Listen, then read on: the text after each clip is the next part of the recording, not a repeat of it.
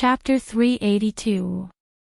Ze held the storage bag and shook her head. My master's name is Nongzhu, not Xiaoyao. Is there anyone called Xiaoyao among your master's friends? Or, have you ever heard of a person called Xiaoyao from your master? Jade Flower Fairy asked. No. Ze thought for a while and said. When and where did your master accept you as a disciple? Jade Flower Fairy asked again. I don't know. Ze shook her head and said, I've been with my master for as long as I can remember. He didn't tell me when and where he accepted me. Where does your master live? Can you take me to have a look? I can't tell you that, nor can I take you there. Not everyone can go there. Ze refused. Hearing this, Jade Flower Fairy was disappointed and became silent. Yu Qianqiu didn't say a word. His eyes sneaked glances at this and then at that. There was a scene in his mind. The old handsome guy changed his name to Xiaoyao. Back then, when he was playing around outside, he picked up a beautiful woman and got her pregnant. After the beautiful woman gave birth to a child, she suddenly realized that the child and the man were gone. She searched for them for a long time but still couldn't find them. In fact, the old handsome man secretly took the child away. In order to avoid trouble, the old handsome man told the child that he was her master. When the child grew up, she also thought that he was her master. In fact, they were father and daughter. Interesting. Interesting. Only a handsome man like Nongzhu could get such a beautiful woman so easily. Only a beautiful woman like Qianghua could attract a handsome man like Nongzhu easily. It seemed that Nongzhu was too much of a playboy. She gave birth to a child for him, but he ran away. It was too wicked. Yu Qianqiu smiled. The more he thought about it, the more he felt that it was true. Is there a red crescent birthmark on the inside of your left arm? Jade Flower Fairy suddenly asked. Ze subconsciously looked at her arm and asked curiously, You? How did you know I have a birthmark on my arm? Qianghua Fairy became excited and took a step forward. However, Hua Rui stopped her and shook her head slightly. She pointed at Yu Qianqiu and said, Master, this is Yu Qianqiu. Here. Listening to their conversation, Yu Qianqiu is 100% sure that Ze is the daughter of Jasper Flower Fairy. He is secretly happy, thinking that he has something on Nongzhu. Ze suddenly shoves the storage bag into his hand. Yu Qianqiu was stunned. Seeing that everyone was looking at him, he sheepishly stuffed the storage bag into his own storage bag. The Jade Flower Fairy immediately asked, Ze, why did you give him the money? Before Ze can speak, Yu Qianqiu hurriedly said, I keep it for her. She can use it whenever she wants. Although Ze didn't understand why he said that, she believed that there must be a reason, so she nodded. Qianghua Fairy, who has been in a superior position for a long time, is naturally not easy to fool.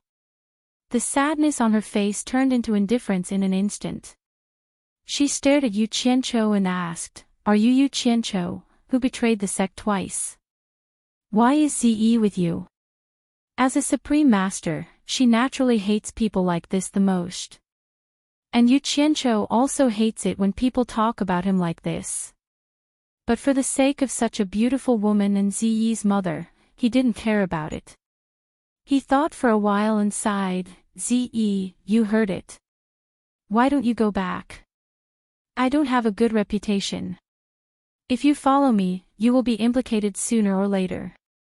You go back first, and I will explain to your master later. I won't go back. Hearing that, Ze immediately glared at him. She hasn't finished the task that Senior Bai asked her to do. How can she go back now? She stared at the Jade Flower Fairy and said, Although you gave me more money, you did it voluntarily. It's none of your business who I'm with. The Jade Flower Fairy's beautiful face suddenly froze. She looked at Ze, who wanted to say something but stopped on second thought. She could scold anyone except Ze. Finally, she stared at Yu Qianqiu and asked, "Do you know Ze's master?" Yu Qianqiu said with a wry smile, "I don't just know her. Ze's master asked me to bring her out. I don't want to. But her master's cultivation is too high. I can't do anything about it." Anyone who heard that they were not welcome would be unhappy, and Ze was no exception.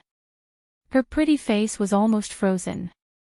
She stared at Yu Qianqiu coldly. Yu Qianqiu shrank his head. It seemed that he was completely afraid of this woman. It seemed that only now did he look like he was taking care of her money. The Jade Flower Fairy and Hua Rui were both stunned. They didn't expect that the audacious Yu Qianqiu would be so afraid of Ze, and they didn't expect that Ze would be so tough. The Jade Flower Fairy looked at Yu Qianqiu in a more relaxed way. She asked, "Do you know where Ze's master lives?" "Yes. We came out from her master's place this time." Before Yu Qianqiu finished his words, Ze shouted, "Yu Qianqiu, if you dare to tell others where my master and I live, don't blame me for being rude to you." "Ah. I won't tell you." Yu Qianqiu smiled awkwardly. Ze turned her head and warned the Jade Flower Fairy, "I don't care what kind of master you are, but there are some things you'd better not know." The Jade Flower Fairy was stunned again. She looked at Yu Qianqiu again and felt that he had been wronged. She even thought of a possibility. In this saber drawing competition, people said that Yu Qianqiu wanted to collect money. However, she had never heard that Yu Qianqiu was a greedy person. This time, he even took out such a treasure. Could it be that he was forced by Ze? If that was the case, then Yu Qianqiu had indeed been wronged. Yu Qianqiu said to her with a bitter smile, "We've been here. If there's nothing else, we'll leave now." They had come here to get the money.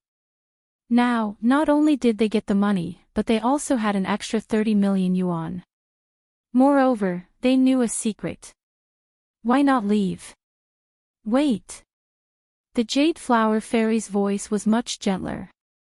Looking at the two of them, she frowned slightly and said, "It's too dangerous for you two to walk around the cultivation world alone.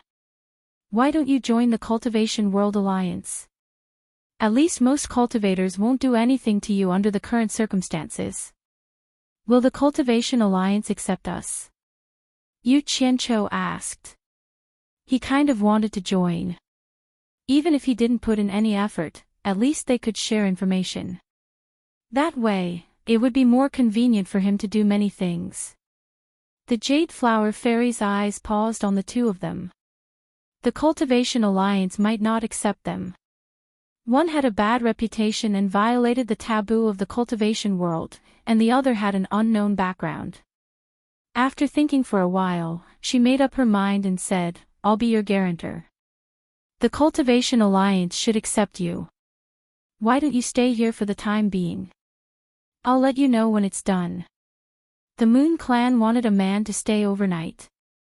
Yu Qianqiu was stunned. He hesitated and decided not to be the first. He shook his head and said, "Thank you for your help, Senior. We still have to go to the 10,000 demons. We'll leave now." As soon as he finished speaking, Purple Dress flew away with a whoosh. Obviously, Purple Dress didn't have a good impression of the Moon Clan leader. Yu Qianqiu smiled helplessly at the Jade Flower Fairy. His long sword popped out and he chased after Purple Dress quickly. The Jade Flower Fairy hurried to the railing and looked longingly at the two figures disappearing into the depths of the stars. Hua Rui walked over and said softly, "Sister, are you sure it's her? Who else could it be? Her eyes are so similar to that heartless man. And the crescent-shaped birthmark on her hand." The Jade Flower Fairy's eyes were already misty with tears. "Ah! When I first saw her, I thought she looked like you. That feeling was very strong. I didn't expect it to be her." Hua Rui sighed. Suddenly, she turned around and asked, "Sister, do you suspect that her master is brother-in-law?" The Jade Flower Fairy shook her head and said in confusion, "I'm not sure." Back then, Xiaoyao was an ordinary man who wandered around. I was fascinated by him and was attracted by him. After so many years, I always thought that the father and daughter had already passed away. Now that I see Ze, I suddenly realize that the name Xiaoyao is not like the name of an ordinary person. How can an ordinary person be as free and unfettered as he is? Ha! Mr. Nongzhu. Didn't Xiaoyao always play with a purple-black bamboo flute in his hand? When I first saw brother-in-law, I knew he was not an ordinary man. But I couldn't tell that he was also a cultivator. I didn't expect. Hua Rui smiled bitterly and said, "I didn't expect him to be a hidden master." Sister, you didn't see what happened. The 7 cultivators in the last phase of the nature's test were all scared when they heard his name. You can imagine how powerful brother-in-law's cultivation is. It's funny that we didn't see it at all after spending so much time with him. He hid it from me so well. The Jade Flower Fairy was about to cry. Sister, why did brother-in-law secretly take purple dress away? Didn't he have a reason? I don't think brother-in-law is an unreasonable person. Hua Rui asked in confusion. After Purple Dress was born, I saw that she had the spiritual root of cultivation, so I told Xiaoyao about my identity as a cultivator. Xiaoyao didn't seem to care at all. I should have noticed it at that time. How could a mortal be so indifferent after knowing our existence? The Jade Flower Fairy smiled bitterly and said, "Then I told him that mortals have a short lifespan. I wanted to bring Purple Dress back to the Moon Clan to cultivate. Who knew that he would strongly oppose it? We even had a fight about it." The next day, he disappeared with his daughter. Hua Rui was silent for a while and said, "In that case, the reason makes sense. Brother-in-law is a hidden master, so he might not be interested in a sect like the Moon Clan. Brother-in-law might want to teach Purple Dress personally. Otherwise, how could she have reached the last phase of the nature's test at her age? At least with our Moon Clan's ability, we can't do that. In that case, why did he hide it from me? If he let me know his identity, I would have let Purple Dress go with him. Then we wouldn't have lost contact for so many years." The Jade Flower Fairy smiled miserably and said, "I think he's just like his name. He's used to being free and unfettered. After being with me for a long time, he thinks I'm annoying." What master? Could it be a master in the soul formation stage? It's not impossible. Otherwise, he wouldn't have been able to scare the 7 cultivators in the last phase of the nature's test. Hua Rui reminded, "Sister, do you remember the mysterious master who appeared during the trial in the demon realm? The few masters and elders of the Fuxian Island were all injured. Didn't you say that the mysterious master could be a soul formation cultivator? If there really is a soul formation cultivator in this world, why can't brother-in-law be one? The mysterious Mr. Nongzhu." The Jade Flower Fairy smiled miserably and said, "Xiaoyao is a soul formation cultivator. Is it really possible? Why did he hide it from me?" Chapter 383. The night sky was bright, and the man and woman flying in the sky were the first to bear the sunlight. Yu Qianqiu looked at Ze from time to time, with a weird smile on his face. This girl's mother was really generous. She was much more generous than Nongzhu. Nongzhu. Xiaoyao. He, always walking among flowers without leaving his real name, tut tut. This old handsome man was really a master of picking flowers. He. If you dare to touch me again, I will bring Jasper Flower Fairy to your purple bamboo forest in the South Sea one day and see what will happen. Yu Qianqiu smiled even more happily when he thought about how he would be able to teach that shrewd Nongzhu a lesson. He actually faintly looked forward to this day. In the purple bamboo forest in the South Sea, Nongzhu of the Langxian courtyard was kneeling beside the tea table in the room. Suddenly, she felt her nose itch. She touched her nose and asked curiously, "Is someone plotting against me? Why do I feel like sneezing?" She shook her head and placed 2 cups made of purple bamboo. She lifted the teapot that was boiling on the stove and filled the 2 cups with fragrant tea. She put the teapot aside and pushed a cup of tea to Bai Changchun with 2 slender fingers. Nongzhu looked at Bai Changchun, who was sitting cross-legged, and said angrily, "Why did you come to me again?" Bai Changchun, who had always been serious, smiled lightly and said, "When I heard that the purple bamboos here are blooming, I missed the time when we first met. You treated me with this purple bamboo-scented tea. It still lingers on my tongue and I can't stop thinking about it. It's really a rare fragrant tea. After so many years, how can I not come when the purple bamboos are blooming again?" From the tone of their conversation, it could be heard that they had a close relationship. No one had ever seen Bai Changchun talk to someone in this tone. "Old Bai, now that you mention it, I remember that when you came here for the first time, the purple bamboos were blooming the next day. After the flowers withered, a large number of purple bamboos died. Some time ago, after Yu Qianqiu came, the purple bamboo forest blossomed again the next day. Are you too the nemesis of my purple bamboo forest? If not, it's too much of a coincidence." Nongzhu said doubtfully. "Dead again?" Bai Changchun was startled as he held the teacup in his hand. Nongzhu shook her head painfully and said, "Once a bamboo blooms, it's a sign of withering. Hundreds of purple bamboos. It's gone again. 100 or so bamboos, to the purple bamboo forest, is just a drop in the bucket." Bai Changchun said indifferently, and began to slowly taste the fragrant tea. Nongzhu was so angry that she raised her eyebrows and glared at him. She shouted, "I won't let you drink this tea." Bai Changchun stretched out his hand and snatched the teacup from the other party's hand. Not minding it, he said indifferently, "I advise you not to disturb me while I'm drinking tea. Otherwise, I guarantee that you won't see a single bamboo in this southern sea purple bamboo forest ever again." This was a blatant threat. Nongzhu stood up abruptly and scolded, "Bai Changchun, you're using the fact that your cultivation is higher than mine to threaten me." Bai Changchun suddenly sighed and said, "When I first met you, I drank purple bamboo flower tea once. This is the second time. The day the East Holy Land opens is not far away. I wonder if I will have a third chance in this lifetime." Nongzhu was startled.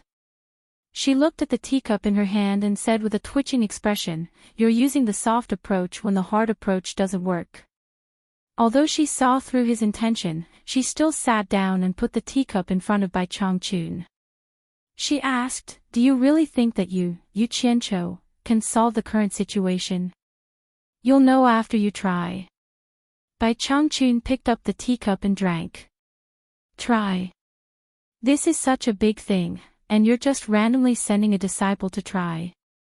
Nongzhu immediately jumped up and pointed at him, scolding, "Bai Changchun, it turns out that what you said about stargazing at night is fake.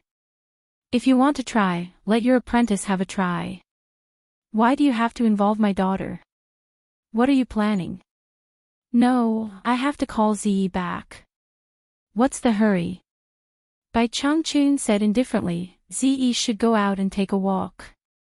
Look at her, she has been with you for so many years. Other than her cultivation improving, what do you think she has learned from you? She knows nothing. Maybe she can learn a lot from Yu Qianqiu. At least there's no danger." Nongzhu said loudly, "I can let her live a carefree life, a life that everyone dreams of. This is not Ziyi's dream. This is your dream. What's the difference between a pig and a life without joy, anger, sorrow, and joy?" Bai Changchun looked at Nongzhu and sneered, "Don't use your selfishness as an excuse to protect your daughter. You just don't want your daughter to leave you. An eagle will spread its wings one day. If you follow an eagle, you will starve to death sooner or later. A cultivator at the final stage of the nature's test doesn't know what the world is like. You're really a good father. I'm selfish. Nongju's face changed. After a moment of silence, she shook her head and said, "No, it's too dangerous to follow you, Qianqiu.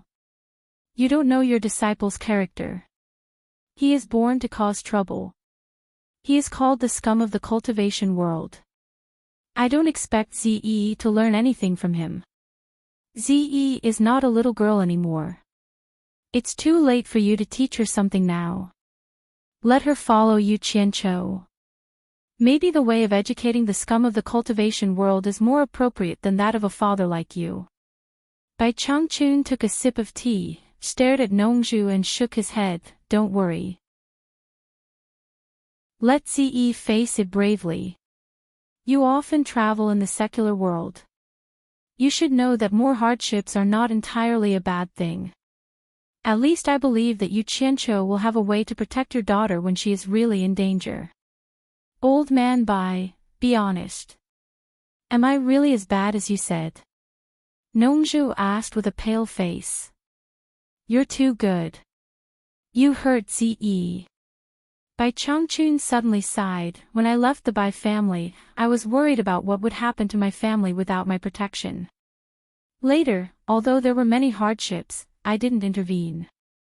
As a result, they got to where they are now step by step, better than I imagined. Nongju, do you really want to take care of Ze for the rest of her life?" Nongju didn't say anything. He turned around and walked out slowly, feeling lonely. Bai Changchun watched his figure disappear into the depths of the bamboo forest. He picked up his tea and continued to drink as if nothing had happened. On the beach, a melodious flute sounded. Nongju held the flute horizontally to his mouth. Facing the sea breeze, his 10 slender fingers moved up and down. The music he played was as lonely as his mood, with a touch of sadness. The waves gently surged in front of his feet. Before long, a flock of seagulls fluttered their wings and landed around him, as if they were also listening. At this moment, a dozen water columns suddenly sprayed out of the sea. Then, a dozen huge fish tails swung out of the sea, making waves and disappeared. Hua, hua. A dozen humpback whales jumped out of the sea, turned around and smashed into the sea. The waves danced, and a dozen of their backs came out of the sea. They swam toward Nongju together, as if they had heard the call of Nongju's flute. Nongju kept playing the flute and walked slowly to the sea. He stepped on the waves as if he was taking a leisurely stroll. After walking dozens of meters on the sea, the leading whale in front of him left the group, swam directly into the water, and gently lifted Nongju up. Nongju stood on the back of a whale while playing the sad song. Accompanied by a group of whales, he kept walking toward the deep sea. The sound of the flute penetrated the sea and spread around.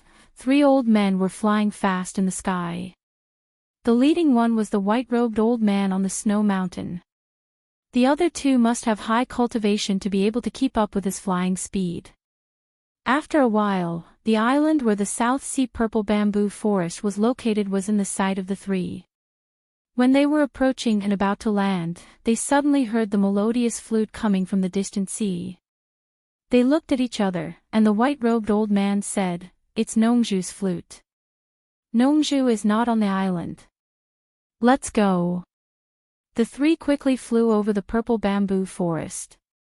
Bai Changchun, who was in the house below, paused for a moment with a teacup in his hand. The sky was blue and the sea was wide. Riding a whale in the sea, Nongju seemed to have figured something out. The sound of the flute gradually became clearer. The accompanying humpback whales also became cheerful and jumped out of the sea from time to time. Suddenly, 3 sharp whistles came from the sky, followed by 3 huge chi forces falling from the sky. More than a dozen whales became a little restless. Nongju stopped playing the flute and saw the 3 elders slowly descending from the sky. They floated about 3 or 4 meters above the sea's surface and surrounded him in the middle. Nongju, you're really living a leisurely life. The white-robed old man snorted. Nongju held the flute in her hand and gently tapped it in her palm. She said in surprise, Bing Qingzi. She then looked at the gray-robed old man on the left and the black-robed old man on the right. She frowned and said, Hu Changshu, Yin Bai Kong, the three of you are experts at the late transforming realm. Are you looking for me? The white-robed Bing Qingzi shouted, Nongju, don't play dumb. You once said that you wouldn't interfere in the affairs of the cultivation world. Why did you break your promise? Nongju frowned and gently waved the flute in her hand. The whales all sank to the bottom of the sea. He stepped on the waves and sneered, When did I break my promise to interfere in the affairs of the cultivation world? Bing Qingzi, don't think that you can talk nonsense just because your cultivation is high. Do you think I'm afraid of you? He looked at the other two and said, Are the two of you here to cause trouble for me? The black-robed Yin Bai Kong laughed and said, Brother Nongju, don't misunderstand. Brother Changshu and I were invited here to testify. Testify? What kind of testimony? Nongju asked as she looked at the position of the three. They were obviously afraid that she would run away, so they surrounded her. Your disciple Zi was sent to the cultivation world of China by you. How dare you say that you didn't interfere? Bing Qingzi shouted. Nongju snorted and said, That's right. My disciple Zi did go to the cultivation world of China. So what? Does the cultivation world of China belong to your family, and others can't go there? Don't be anxious. Yin Bai Kong pressed his hands against the two of them and said to Nongju with a smile, Brother Nongju, it's like this. Your disciple Zi is now together with someone called Yu Qianchou. A few days ago, one of Bing Qingzi's disciples died in the hands of Yu Qianchou. Bing Qingzi's other disciples did not take revenge because of your disciple Zi. We only want to know whether your disciple Zi has already been involved in the affairs of the cultivation world of China. Regardless of whether she has or not, we should take the opportunity to clarify things now. Brother Nongju, we advise you to bring Zi back to the South Ocean to prevent any misunderstandings. As for the past, we can let bygones be bygones for your sake. What do you think? Nongju was slightly stunned. That fellow, Yu Qianchou, has already taken action. Could it be that you're ignoring my words? It seems that Bing Qingzi's disciples are all at the end of the tribulation transcendence. How could they be killed by him? This fellow is really a genius. Nongju looked at the three of them and pondered over this matter. Suddenly, she realized that Bai Changchun had appeared above their heads and was staring coldly down with his hands behind his back. Why did you guys come today? Why did you guys come today? What a coincidence. Nongju touched her forehead with her hand and shook her head with a bitter smile. It's fine if it's me, but these three experts at the end of the soul transformation realm didn't even notice that there's someone above them.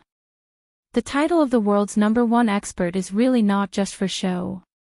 Hu Changshu, who had been silent all this while, had an arrogant look on his face as he said aggressively, What? Do the three of us have to pick an auspicious day to look for you? How would I dare? Nongju waved her hand with a sarcastic expression. Pointing upwards, she shook her head and said, Good luck to you guys. The three of them weren't afraid of him playing any tricks, so they raised their heads and looked up. But with just this glance, their expressions changed greatly, and they were almost scared out of their wits. Dressed in a light green robe, with a thin face and an icy gaze, he was staring at them indifferently, as if he was looking at a few ants. If it wasn't Bai Changchun, that killing god, who else could it be? The three of them immediately teleported dozens of meters away and stood in a row. The arrogance on Hu Changshu's face disappeared instantly. He pointed at Bai Changchun and asked, Bai Changchun, what do you mean by standing above us? The remaining meaning of his words was self-evident. Do you want to sneak attack us? Bai Changchun was indeed very conceited. He didn't even look at them. With his hands behind his back, he looked into the distant sky and said calmly, "What do you want?" The meaning of these words was clearly telling them, "Whatever meaning you want, I'll give it to you." Hu Changshou smacked his lips and didn't dare to say anything. Bing Qingzi said in a low voice, "Bai Changchun, this is a private matter between us and Nongzhu. You don't need to intervene." "Did I say that I want to intervene?" Bai Changchun said indifferently. He withdrew his gaze from the sky and looked at Bing Qingzi. He asked again, "Do you really want me to intervene?" Bing Qingzi's face stiffened. He didn't know what to say after hearing Chu Yang's words. The key was that this guy was too strong. The three of them weren't his match at all. If they said anything that made him unhappy, he would definitely take action immediately. Once he took action, he had never seen anyone survive under his hands. Talking to such a person was very stressful. It's a misunderstanding. It's all a misunderstanding. Let's not talk too much. Yin Baikong tried to persuade them. Finally, he smiled at Bai Changchun and said, "Old Bai, we have something to discuss with Nongzhu. Don't think too much. We don't mean anything else." "How do you know that I'm thinking too much?" Bai Changchun's gaze fell on him again. Yin Baikong's smiling face immediately squeezed together. He nodded repeatedly and said, "It's good that you're not thinking too much." Chapter 384. The conversation in front of her made Nongzhu slightly sigh in her heart. Just now, the three of them were using both carrot and stick to force her. But when they met Bai Changchun, even if Bai Changchun was aggressive, the three of them had to suppress their anger. This was the prestige of the world's #1 master. The three were experts at the late spirit severing stage, rare top cultivators in the world. They had never been bullied like this before. If it was in the past, they wouldn't have to be so humble. But since the battle in the East Sea, where 16 unconvinced spirit-severing experts were killed by Bai Changchun, no one in the world dared to go against Bai Changchun's edge. They were in a stalemate. Nongzhu said to Bai Changchun, "Yu Qianchou killed Bing Qingzi's disciple. This old guy is famous for protecting his disciples. Should we tell them that Yu Qianchou is your disciple? There's no need. Let this junior solve his own problems with his own ability. I can't help him for a lifetime. However, if someone who shouldn't have interfered, I won't let a single one of them get away." Bai Changchun expressed his stance through voice transmission. Nongzhu stared at Bai Changchun for a while. Her eyes flickered. No one knew what she was thinking. After a long time, he broke the stalemate and said, "Bing Qingzi, my disciple Zi is going to the cultivation world of Huaxia to gain experience. She has no right to interfere in your affairs. If she is really involved in your affairs coincidentally, then let me do it with my own ability. As long as you old guys don't interfere, I will also make my stance clear. I, Nongzhu, will not interfere with the junior's business." Bing Qingzi and the other two were startled. They didn't expect Nongzhu to say such words even with Bai Changchun's support. Wasn't this what they wanted to achieve? Yin Baikong immediately nodded and said, "Brother Nongzhu is right. This is the junior's business. Us old guys can't interfere.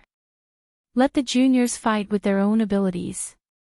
He looked at the other two and said, "I, Yin Baikong, have the same stance as Brother Nongzhu. What do you two think?" Bing Qingzi and Hu Changshou's eyes flashed with joy. They had already sworn an oath. Now that Nongzhu had expressed her stance, they had nothing to worry about and could let their disciples do whatever they wanted. The two of them exchanged glances and nodded in unison. It's settled then. Looking at Nongzhu, Bai Changchun was also a little surprised. He didn't expect that Nongzhu was really willing to let his daughter suffer. It seemed that Bai Changchun's previous persuasion had stimulated Nongzhu and ruined his previous plan. Now it was really up to Yu Qianqiu and the others. Since everything has been made clear, we shall not disturb you any further. Yin Baikong cupped his fists towards Bai Changchun and Nongzhu. The three of them did not want to stay any longer and shot into the sky. After watching them disappear, Nongzhu shook her head and said with a bitter smile, "I've given my daughter to your disciple. I hope he won't let me down." Bai Changchun was speechless. "If I knew you would agree, I wouldn't have come out." What an unnecessary move. It was not convenient for him to say this. If he did, he would be suspected of plotting against Nongzhu. Bai Changchun snorted coldly and disappeared with a swing of his sleeve. He returned to the Langxian courtyard in the blessed land of bamboo and continued drinking tea. 2 days later, Yu Qianqiu and Ziyi arrived at a stretch of deep mountains. On the main mountain range between the mountains, there were magnificent buildings that were connected layer by layer.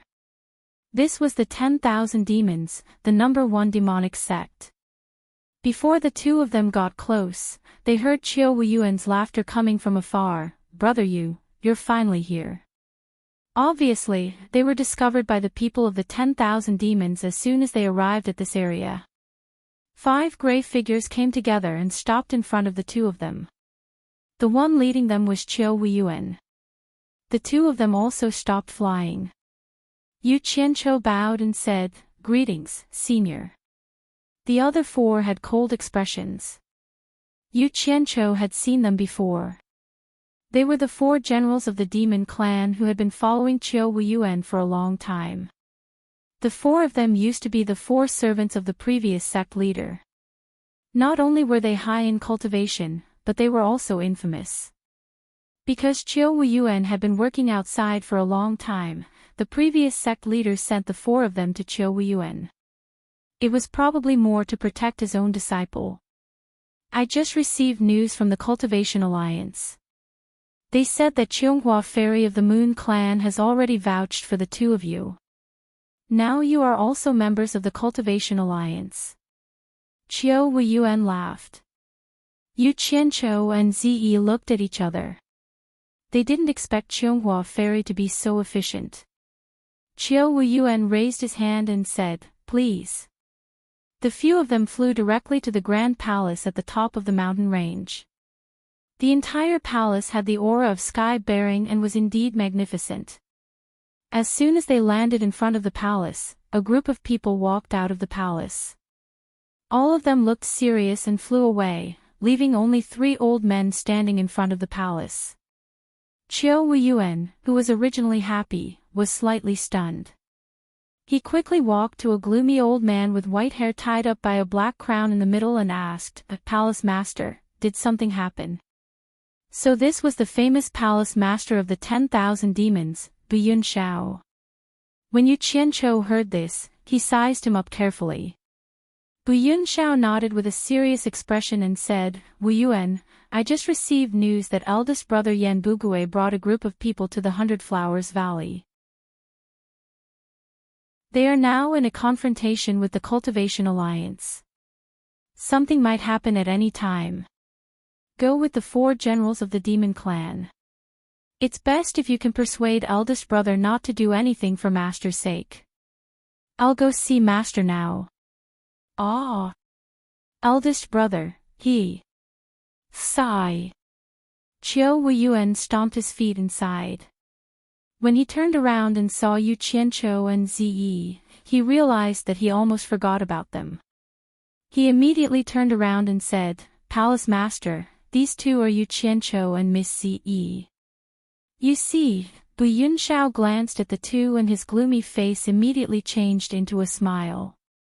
He cupped his hands and said, "I happen to have something to do. Sorry for the delay." Then he turned around and said to the old man next to him, "5th junior brother, take the 2 guests to rest. Don't neglect them. I'll go see Master and come back soon." The 5th junior brother nodded and raised his hand to Yu Qianqiu and Ziyi. He said with a smile, "Please follow me. There's no need to trouble yourself."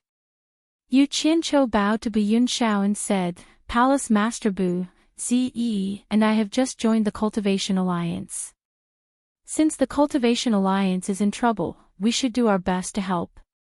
Since Senior Chio is going to the 100 Flowers Valley, we decided to go with Senior Chio. He didn't want to come to the 10,000 demons in the first place. Not only did he not get any benefits, he might even be schemed against by others. If it wasn't for Chio Wuyuan, he wouldn't have come. Now, he found an excuse to leave. Bu Yunxiao pondered for a moment before he nodded and said, "If that's the case, I won't force you. After this is over, I hope the two of you can give me face and come to my Myriad Demons Palace again. I want to apologize for my poor hospitality this time." "Palace Master, you're too kind." Yu Qianqiu cupped his hands and said. At the side, Chio Wuyuan seemed to be getting impatient. He waved his hand and yelled, "Let's go." He and the 4 generals of the Mo family shot into the sky first. Yu Qianqiu also jumped onto his flying sword and chased after them with Ze. Yu Qianqiu. Bu Yunxiao stared at the figures flying away and mumbled a few words. Then, he shot into the deep mountains.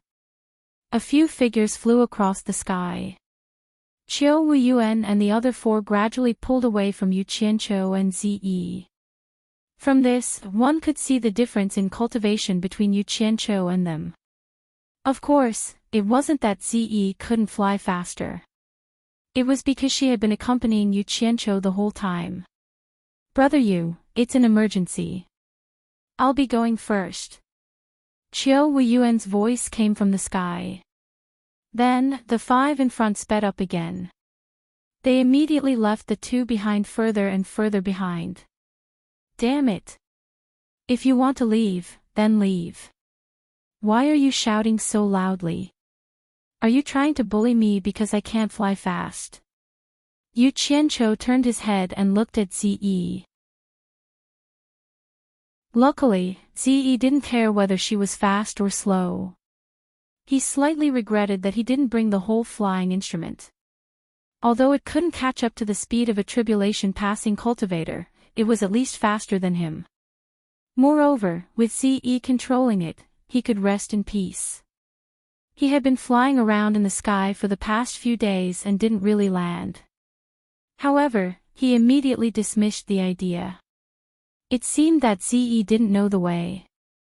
It would be troublesome if she flew further and further away. Ever since Ze followed him, she would ask questions at the beginning. Now, no matter where they went, she would look around with her eyes wide open. It was as if she wanted to memorize the terrain of every place she passed. What a stupid idea. Yu Qianqiu found it funny and didn't say anything. The 2 of them flew at a moderate speed. Finally, they arrived at the 100 Flowers Valley before sunset. Yu Qianqiu took out the 100 Flowers Valley entry Jade Archive and brought Ze in. Then, he made an entry Jade Archive for Ze at the city gate. Ze held it in her hand like it was a treasure and looked at it. Then, she said to Yu Qianqiu, "Thank you." Yu Qianqiu was slightly stunned. Then, he remembered that ever since he brought her out of the purple bamboo forest in the southern sea, this was the first time she had received something that belonged to her. Thinking about how this girl had helped him earn 50 million, Yu Qianqiu felt a little guilty. He decided that tonight, he wouldn't care about anything else. He would be extravagant just for this girl.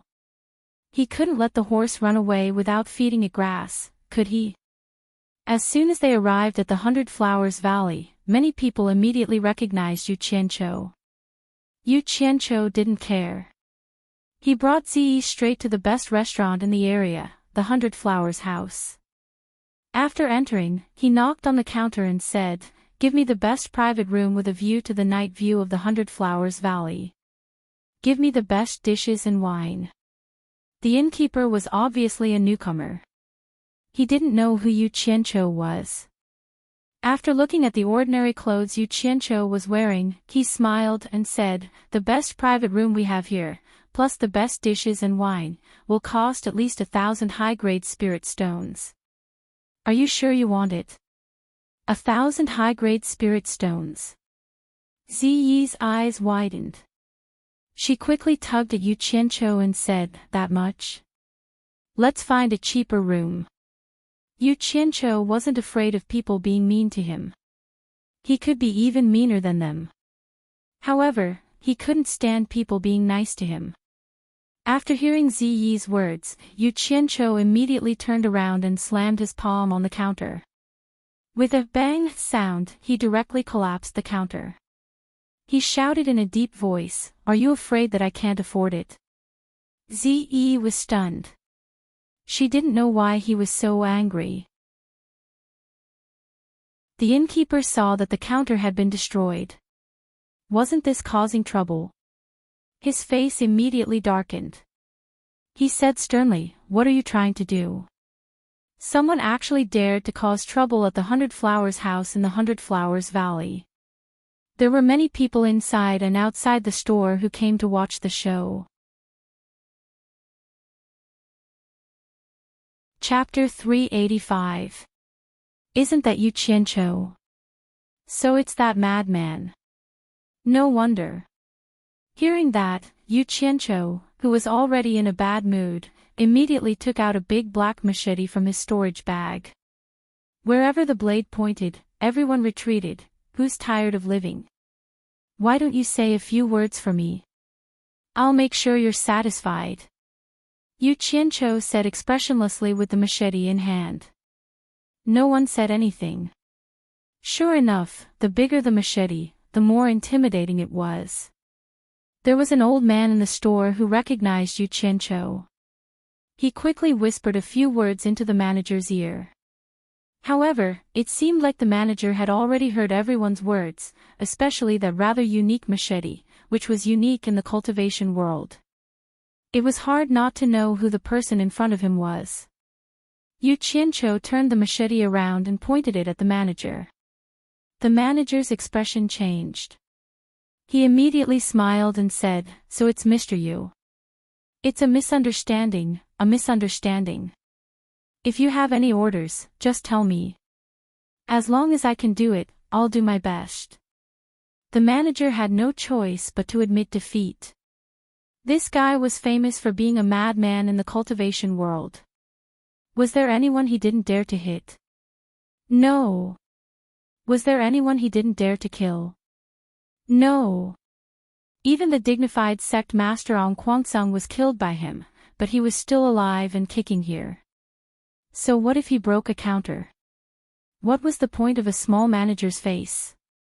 The blade of that big black machete was just a little bit away from pointing at the manager's head. Yu Qianqiu raised his eyebrows and said, "You're a snob. If you don't want me to tear down the 100 Flowers residence, hurry up and prepare a private room." Yu Qianqiu knew how to play this game. Some people weren't afraid of good people, but they were afraid of hooligans. Since his reputation wasn't good, he might as well be unreasonable. The onlookers at the side were convinced. This guy was an out-and-out madman. He came all the way to the 100 Flowers Valley to tear down the 100 Flowers Palace. There would probably be a good show to watch. It was Ziyi's first time seeing such a bandit side of Yu Qianqiu. She was really a little surprised. No need to prepare, no need to prepare. There's an empty private room upstairs. Follow me. The manager carefully moved away from the machete and led the way upstairs. Before Yu Qianqiu went up the stairs, he coldly swept his eyes over the crowd.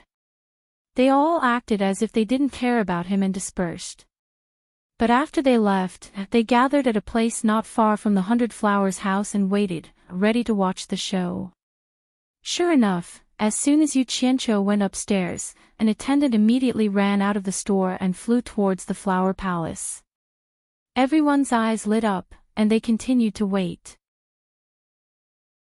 Zhang Gui led the two of them to the private room on the top floor and asked them to wait for a moment before he turned and ran down the stairs.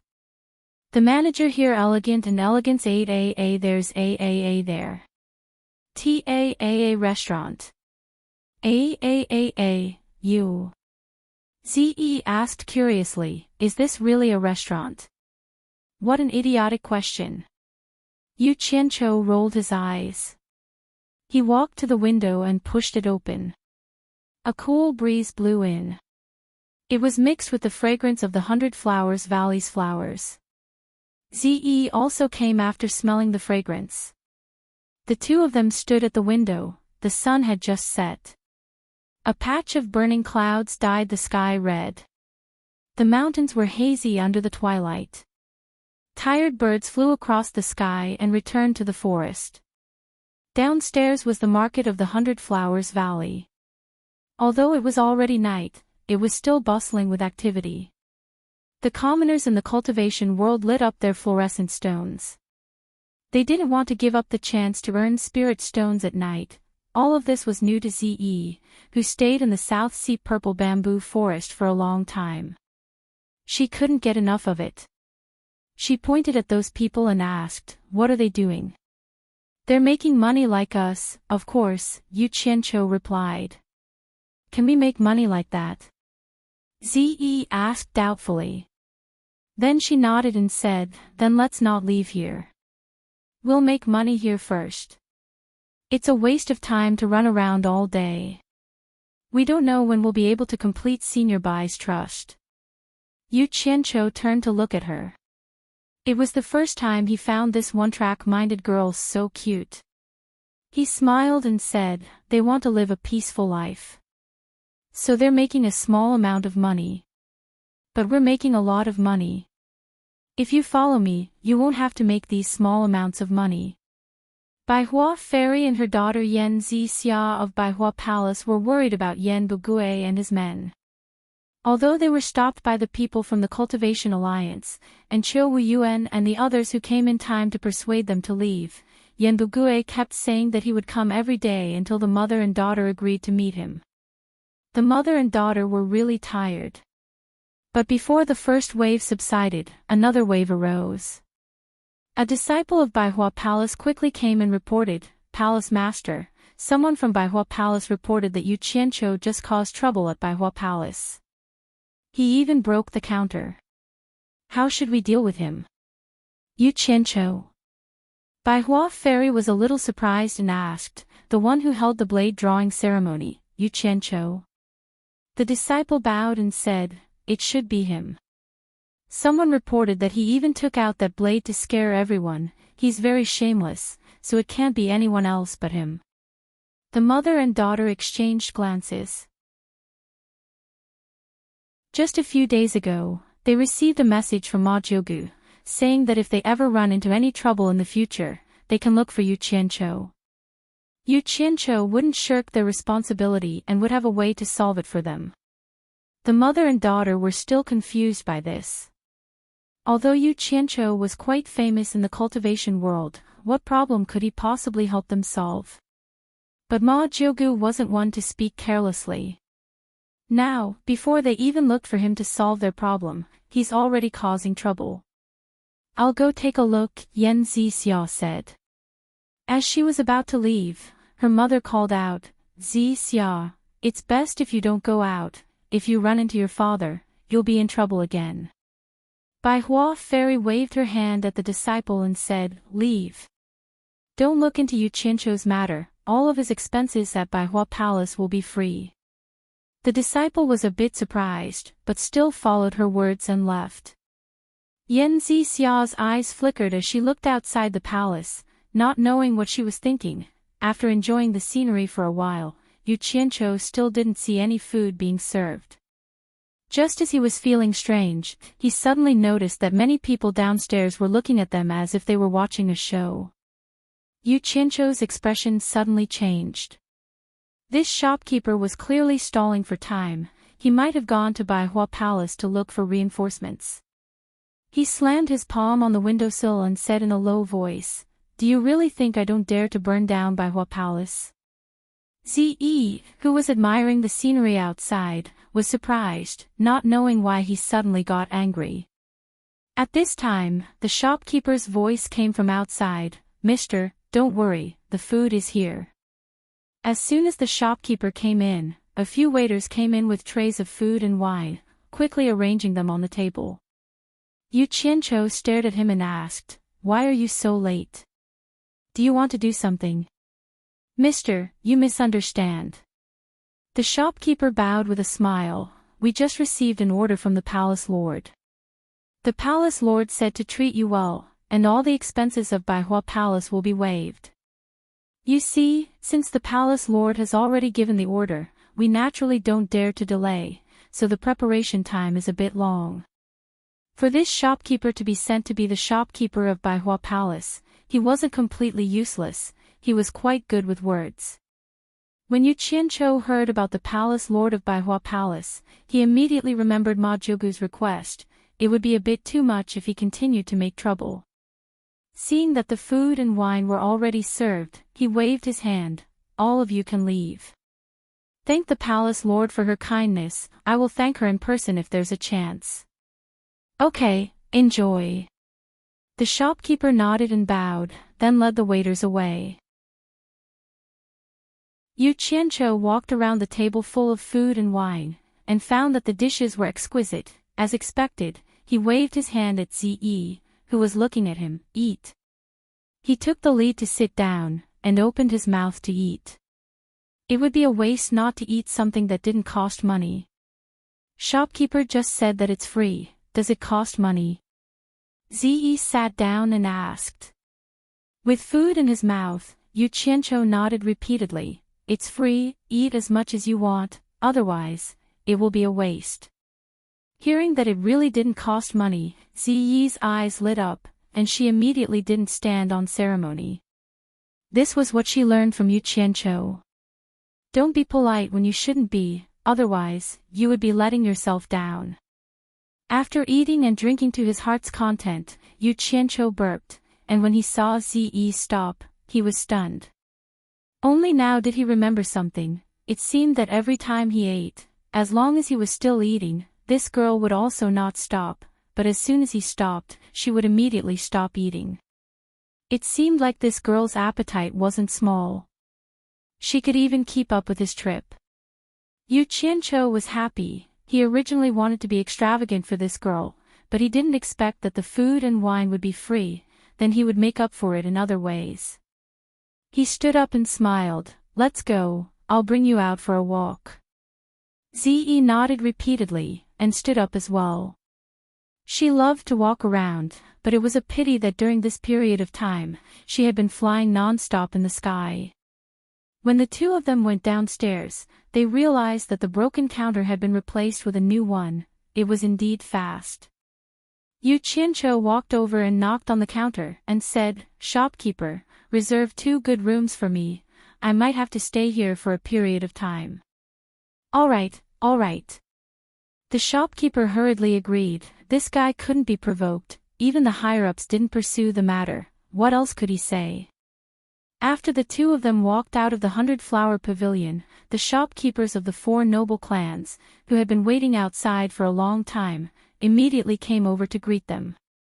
Yu Qianqiu had a pleasant expression as he politely persuaded the 4 of them to return and continued strolling around with Ziyi. The people who were originally prepared to watch the show immediately dispersed in disappointment. They didn't expect that the 100 Flowers Palace actually didn't cause trouble for Yu Qianqiu, and looking at how the shopkeepers of the 4 major families treated Yu Qianqiu, it seemed like the rumor that the 4 major families and Yu Qianqiu were on the same side was indeed true. The prosperity of the shop market was quite tempting to Ziyi. Seeing every novel thing, she couldn't help but stop to take a look and touch it. She was a little reluctant to let go. Yu Qianqiu was prepared to spend money tonight, so he directly said to the shopkeeper, "I'll buy it. How much?" 10 mid-grade spirit stones. The shopkeeper replied. "Isn't the price a little high?" Yu Qianqiu frowned. "Mr. Yu, look at what you're saying. I'd fool anyone but you." The shopkeeper thought to himself, "You even dared to smash the 100 Flowers house. How would my small stall dare to provoke you?" There was no more nonsense. Yu Qianqiu also wouldn't bother with these small shop owners. He directly paid and took the things. So on and so forth, almost every stall had similar conversations. Ziyi stopped halfway and asked suspiciously, "Why does everyone here seem to know you?" Yu Qianqiu's mouth twitched. He refused to answer this question. He directed Ziyi's thoughts back to shopping. He followed behind her, holding a storage bag in his hand. As long as Ziyi stopped to look at or touch something, he could only do three things: ask for the price, pay, and pack the things. It seemed like women were born to be shopaholics, especially when there was a man who was willing to pay with money following them. After shopping at the stalls, the spirit stones were spent like flowing water. The things in the shops were much more expensive than the things in the stalls. Some of them easily cost hundreds, thousands, or even tens of thousands of high-grade spirit stones. Ziyi didn't care whether she could use it or not. As long as she liked it, she would subconsciously nod at Yu Qianqiu. She didn't think about how much it cost. Anyway, someone was paying. Yu Qianqiu himself also couldn't remember how many types of things he sold, regardless of the size of the items. In any case, he bought almost everything in the stalls and shops. He even filled up 2 storage bags. It was already late at night. There was no more shopping. Ziyi just remembered that she seemed to have bought a lot of things. She looked at Yu Qianqiu embarrassedly and asked weakly, "It seems like you spent a lot of money." Sigh. Isn't it a little too late to ask this now? Yu Qianqiu's gaze had already answered her question. Ziyi became even more embarrassed. She said embarrassedly, "I really didn't mean it." "And, I know you didn't mean it." Yu Qianqiu handed over the 3 storage bags and smiled. "Actually, I didn't buy much, I just filled up these 3 storage bags." Ziyi received the 3 storage bags and used her divine sense to look at them. She was shocked. She didn't expect to buy so many things just by casually strolling around.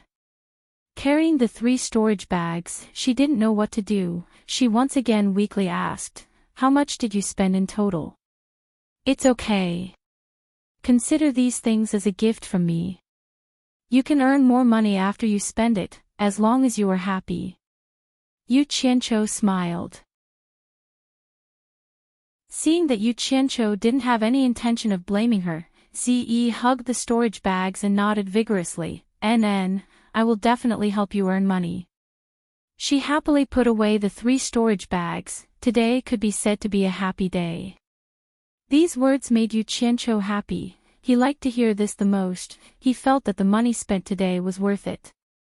Just as he was about to bring Ziyi back to 100 Flowers House to rest, he suddenly saw an old acquaintance from supporting Immortal Island, Xionghui, walking towards him. This fellow used to eat and drink with him in the past, so Xionghui couldn't help but nod and smile. "Long time no see, how have you been?" Ziyi looked at him curiously. He really had a lot of acquaintances. Xionghui had hung out with him for a few days. They could be considered old friends. He wasn't like the others. He cupped his fists and said happily, "No matter how good I am, I can't compare to you. I heard that you came to 100 Flowers House and caused a ruckus the moment you arrived. You didn't come here just to ask about this, did you?" Yu Qianqiu asked. Xionghui shook his head and said with a serious expression, "Just now, the Cultivation Alliance received a challenge Jade Archive sent by Yan Bugue. All the sects in the Cultivation Alliance have received the notice. Elder Quan asked us to inform the other individual cultivators who have already joined the Cultivation Alliance and are in the 100 Flowers Valley to meet at the Cultivation Alliance tomorrow to discuss this matter. I just heard that you are here. The leader of the Moon Clan has already vouched for you. You are now also a member of the Cultivation Alliance. Because we are familiar with each other, I specially came to find you to inform you of this matter. Yan Bugue is challenging the Cultivation Alliance."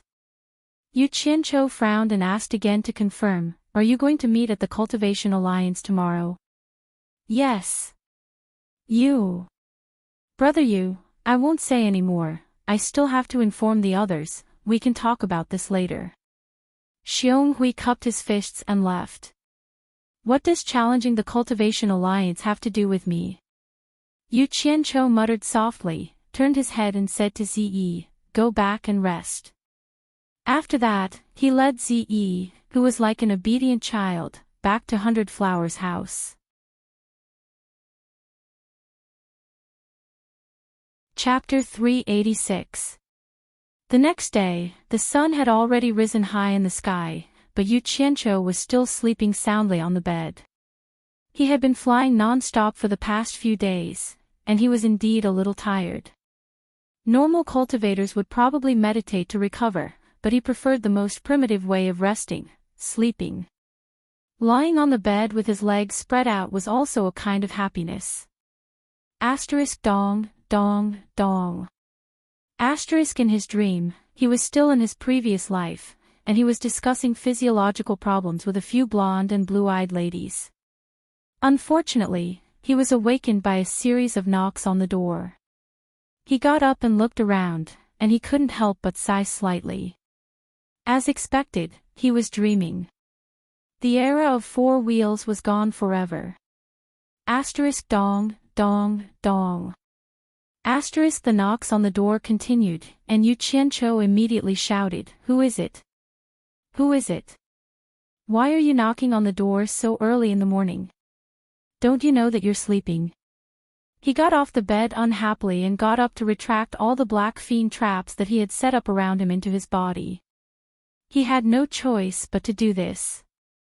Often, people who schemed against others were also afraid of being schemed against by others. Back then, he had schemed against Lu Jingguang here. Now that he was living here, he was also worried that he would be schemed against by others. After all, he had offended too many people. He had originally wanted to retreat to Utopia to rest, but he was a little worried about leaving Ziyi, who was as innocent as a piece of white paper, here. Although Ziyi's cultivation was much higher than his, he was still a little worried. Speaking of which, he didn't know who was protecting who. He walked to the door and pulled it open. Just as he was about to curse, he saw Ziyi standing outside the door with her hands behind her back. She had an obedient expression, and there was a hint of a fawning expression on her face. This was unprecedented. Needless to say, she was the one who knocked on the door. Yu Qianqiu swallowed back his curses and asked suspiciously, "Why are you knocking on my door so early in the morning?" "It's not early. It's already noon. Didn't someone ask you to go to the Cultivation Alliance last night?" Ziyi asked. Yu Qianqiu rolled his eyes, turned around, and went back to his room. As he walked, he said, "In their eyes, we're just 2 lousy loose cultivators. Why are we involved in that? They have their meeting, and we just have to take care of ourselves." He walked to the side of the bed, tilted his body, and fell back down. In fact, he really wanted to get involved. In his words, the more people there were, the more opportunities there were to get rich. But when he thought that Yan Bugue had brought a group of people and had a grudge against him, he decided that it was better to avoid the brunt of the conflict. He did not want to be the one who challenged the Cultivation Alliance. That would not be pleasant. Ziyi entered the room and said, "But there are people from the 4 great clans waiting for you downstairs. They say they want to wait for you to go with them." "The 4 great families? Huh?" Yu Qianqiu crawled up and asked, "How did you know? You went down alone." Ziyi stuttered and said, "Didn't you say it's a waste not to eat something that doesn't cost money? I think the food in this restaurant is quite delicious, so I went down to order some food by myself. It just so happens that the people from the 4 major families are waiting for you downstairs. I'll help them ask you after I finish eating. Wouldn't it be a waste not to eat it?" Yu Qianqiu was startled. It seemed that he really did say that to her. She had a strong learning ability. He couldn't sleep anymore. He used the water spell, and a stream of clear water came out of Yu Qianqiu's palm. One stream went into his mouth to clean, and the rest was used to wash his face. After washing, the turbid water gathered into a bowl. Yu Qianqiu opened the window, waved his hand, and the water turned into an arrow and shot out. As for where it would land, he was too lazy to think about it. In the end, Ze was completely dumbfounded. There was no one downstairs. They were probably all at the Cultivation Alliance. The 4 great clans sent 8 people. The 4 elders were Bai Shan, Tan Huazong, Jing Xingping, and Wu Anfeng. The 4 of them were at the middle stage of tribulation passing. Except for the elder from the Wu clan who looked familiar, Yu Qianqiu did not know any of them. The remaining 4 people were old acquaintances. They were the first successors of the 4 great clans, Bai Zizong and the other 3. When the 8 of them saw Yu Qianqiu, they all bowed and said, "Mr. Yu. No need to be so polite, no need to be so polite." Yu Qianqiu smiled and waved his hand. He turned around and said to Ze, "Go, get me the food you had this morning." Ze didn't say anything and went straight to the counter to order. The shopkeeper smiled and nodded, but his smile seemed a little unnatural. "Brother Bai, you guys are here too." As soon as Yu Qianqiu said this, Bai Zizong and the other 3 quickly said, "We don't dare." Now that the seniority between them was different from before, the 4 of them didn't dare to call him brother anymore. Moreover, there were 4 elders beside him. It wasn't the right time to talk about this in front of everyone. Yu Qianqiu looked at the 4 of them and asked, "What do you want from me?" The 4 elders looked at each other and nodded. Bai Shan, the elder of the Bai clan, stood up and replied, "After the 4 great clans received the Cultivation Alliance's notice, they sent us here overnight. We learned that Sir is in the 100 Flowers Valley and has joined the Cultivation Alliance. Before we left, the elders of the 4 great clans told us that if Sir needs any help, we should do our best to cooperate." Yu Qianqiu smiled non-committally. The waiter of the 100 Flowers house had already served the food.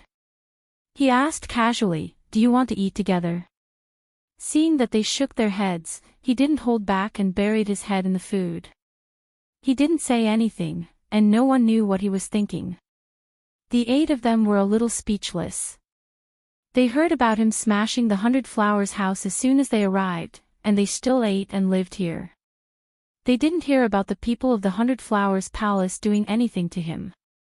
After eating, Yu Qianqiu patted his stomach, looking very comfortable. Bai Zizong had stayed with him before and knew that he liked to take advantage of others. He immediately went to pay for him, but the shopkeeper didn't accept it. He said that Yu Qianqiu's expenses in the 100 Flowers house were all free, which surprised the 8 of them. Smashing the place and living for free. Was there such a good thing in the world? I heard that the Cultivation Alliance is discussing something. Aren't you 4 great clans going? Yu Qianqiu asked leisurely. Sir, didn't you join the Cultivation Alliance? Didn't you receive the notice? Bai Shan asked curiously. It wasn't hard to guess what he meant. We came here to make our stand and wait for you to go together. Of course, Yu Qianqiu also heard it. He paused and said, Someone did inform me, but I was busy with something important just now, so I was delayed. Then, sir, are you done with what you have on hand? If you're free, let's go together, Bai Shan said politely. Yu Qianqiu wanted to say that he wasn't done, but he happened to meet Ziyi's strange gaze. He couldn't help but feel guilty. Thinking about it, he felt that it wasn't good.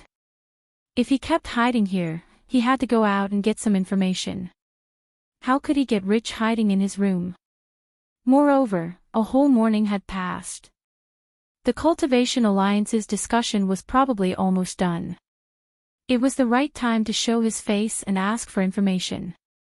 All right, then let's go together. Yu Qianqiu laughed. There were exactly 10 people in the group. As soon as they left the 100 Flowers house, they started pushing each other. The 4 great clans insisted that Yu Qianqiu and Ziyi walk in front. However, Yu Qianqiu didn't want to show off at this time, so he insisted on hiding at the back. In the end, the 4 great clans couldn't persuade him, so they let him and Ziyi follow behind. It didn't take long for the group to reach the entrance of the Cultivation Alliance. At this time, there were already a lot of people around. They were all people who didn't have the right to enter. Seeing that the 4 great clans had arrived, someone immediately jeered, "The 4 great clans are so arrogant. Coming at this time, they really don't care about the sects." With one person taking the lead, there were others who had nothing to do and followed suit. The 4 great clans suddenly became the center of attention. Although the 4 great clans weren't happy, they wouldn't argue with these people in public. Moreover, they really came too late, so they could only look at them coldly. The jeering people took advantage of the number of people and saw that the 4 great clans didn't react, so they were very cocky. "Damn it! A bunch of hooligans, purposely making me show off." Yu Qianqiu's mouth twitched. The 4 great clans became the center of attention. He couldn't keep a low profile even if he wanted to hide at the back. Many people realized that the person behind the 4 great clans was Yu Qianqiu, so they all remained silent. However, there were those who were dumb, stupid, and loud. When Yu Qianqiu showed himself, there was a person next to him who was grinning and almost spitting on Yu Qianqiu's face. Bang!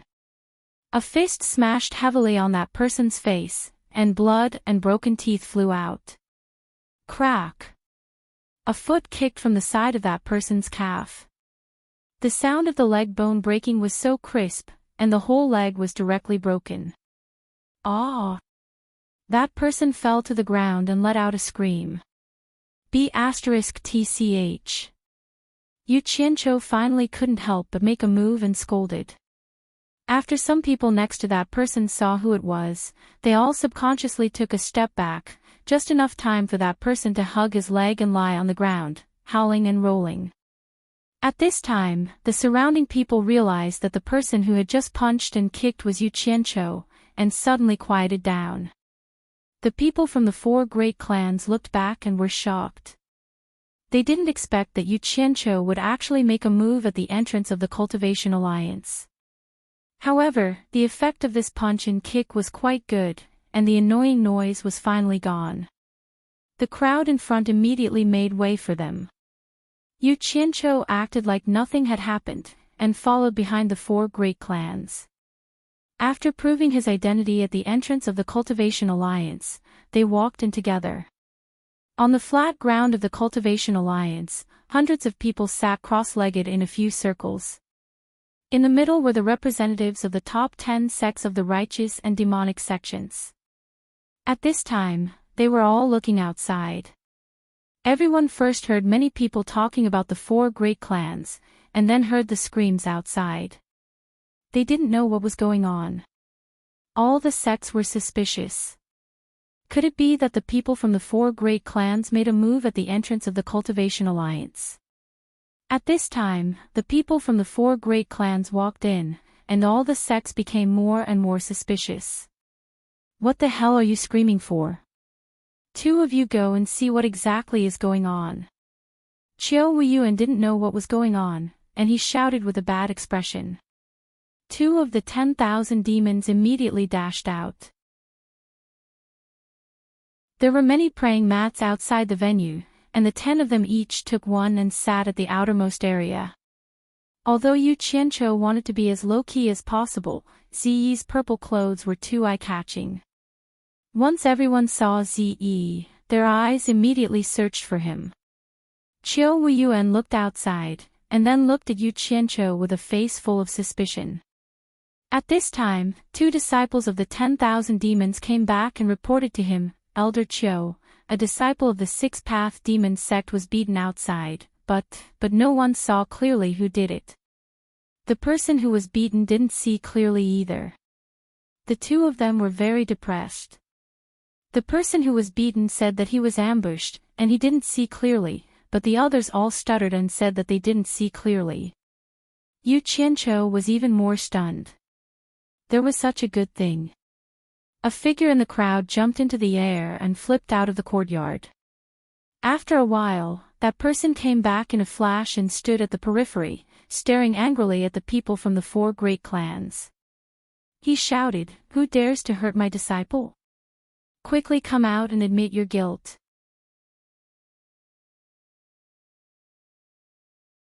Chapter 387. The Hexapath Devil Sect was ranked 4th in the demonic Tao, just below the Corpse Sect. The one who roared at the 4 major families was the chief representative of the Hexapath Devil Sect, Yuan Jiukue. He was an outstanding figure in the demonic Tao, famous for his violent temper and battle prowess. Although the overall strength of the Hexapath Devil Sect wasn't as strong as the other top-ranked sects, Yuan Jiukue's personal strength wasn't any weaker than the other sections. Who injured my disciple? Come out and accept your punishment. Yuan Jiukue roared once more. When he heard that his disciple was beaten up, he immediately ran out to investigate. Although the disciple didn't see who did it, he said that it was someone from the 4 major families, so he was sure that it was someone from the 4 major families who did it.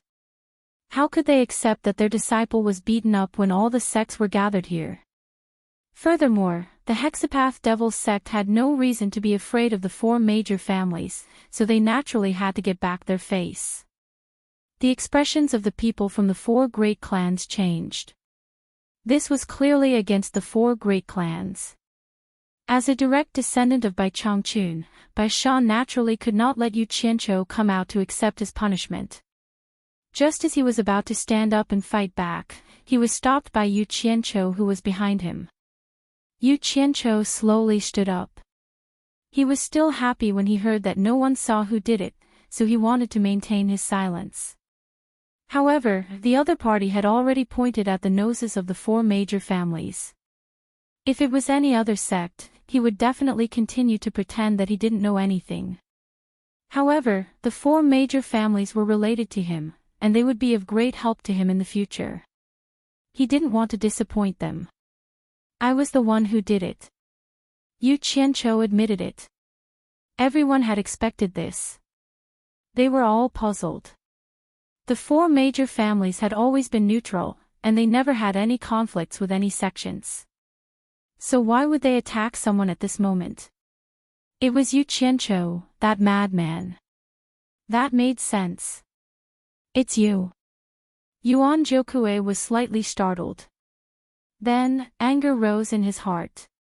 He pointed his finger and shouted, Yu Qianqiu, don't you dare run amok in the cultivation world just because you're a bandit. Others give you some face, but you really think you're something. I, Yuan Jiukue, have never put a clown like you in my eyes. How dare a scoundrel like you mess around in front of my 6 Paths demon sect? Elder brother Yuan, don't be angry, don't be angry.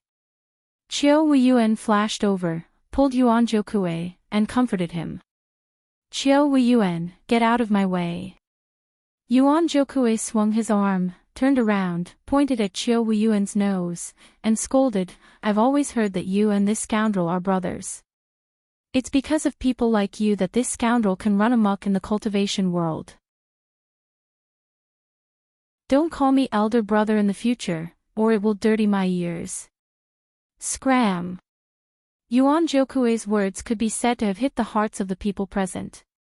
Although Yu Qianqiu was happy in the cultivation world, the sects that had been in the cultivation world for many years didn't really look up to Yu Qianqiu. If it wasn't for the ambiguous attitude of Fuxian Island and 10,000 demons towards Yu Qianqiu, someone would have already made a move on Yu Qianqiu. Not to mention that Yu Qianqiu had the support of the 4 major families. Yuan Jiukue's words were like a wake-up call to Yu Qianqiu. When he looked at the people in charge of the other sects, almost all of them looked down on him. Clearly, they all agreed with Yuan Jiukue's words. Yu Qianqiu immediately understood his position in the cultivation world. When he suddenly attacked someone at the entrance earlier, he subconsciously thought that he was afraid of anyone because he was a scoundrel. He thought he was impressive, but in the eyes of the people with a certain level of status in the large sects, they did not look up to him at all. He could only scare those little disciples who didn't have much of a cultivation base. How dare you! Just when Yuan Jiukue told Qiu Weiyuan to piss off, 4 bellows rang out. The 4 generals of the Mo family in black furs arrived with a flash and surrounded Yuan Jiukue. Yuan Jokue glanced around and snorted coldly. 9 people immediately shot out from the crowd and surrounded the 4 generals of the Mo family. They were clearly from the Hexapath demon sect.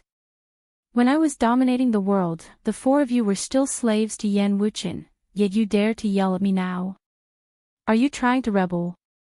Yuan Jokue sneered. Then he waved his hand at the 9 people from the Hexapath demon sect and called out, "Leave. I'd like to see just what the 4 generals of the 10,000 demons are capable of." The domineering nature of a demonic cultivator was completely revealed in just a few words. Everyone was slightly speechless. It seemed like Yuan Jokue wanted to deal with the 4 generals of the Mo family alone. The people from the Hexapath demon sect did not say anything else and backed down. After being called slaves, the 4 generals of the Mo family remained cold. They were not angered at all, but they began to radiate with pressing killing intent.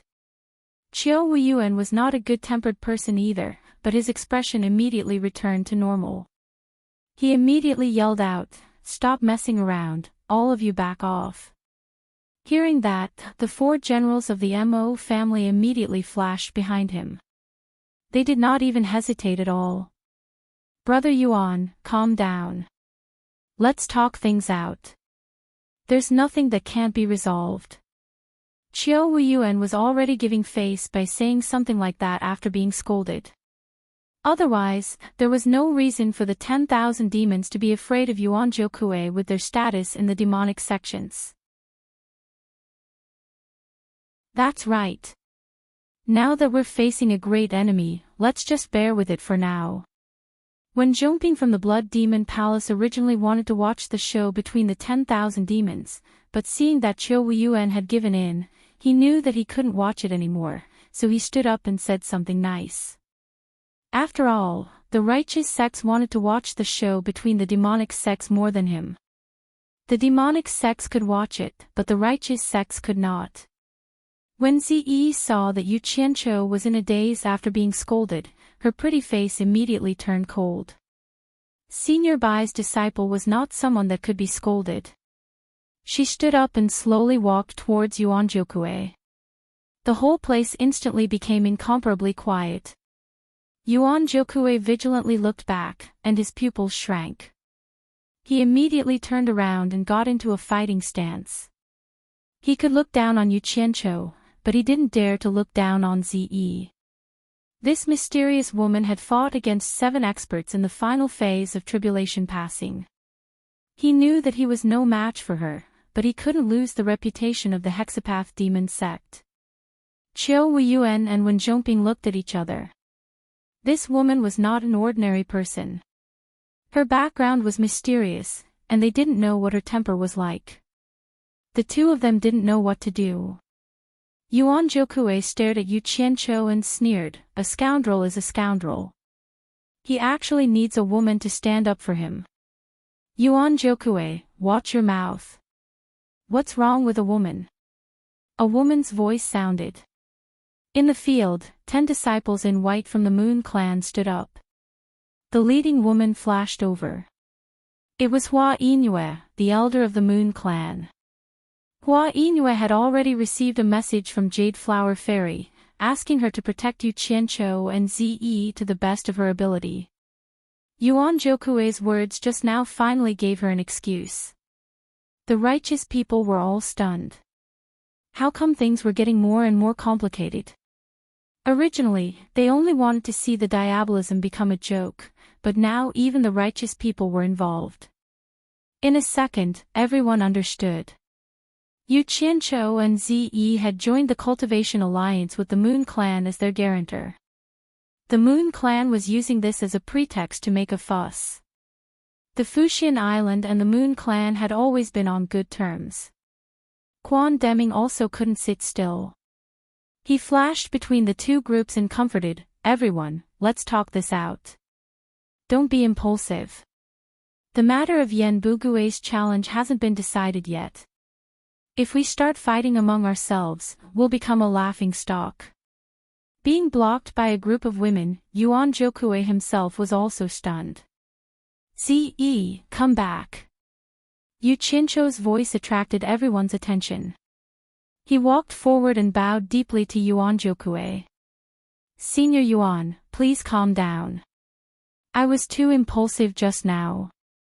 Please forgive me. He had thought it through. He had to lower his head when it was necessary. Otherwise, it would be hard for him to integrate into this circle. If he didn't integrate into this circle, it would be hard for him to find a chance to make a fortune. He had to bear with it even if he felt uncomfortable. When his strength matured, he would be able to deal with anyone he wanted. When the various sects heard his words, they immediately felt that it was strange.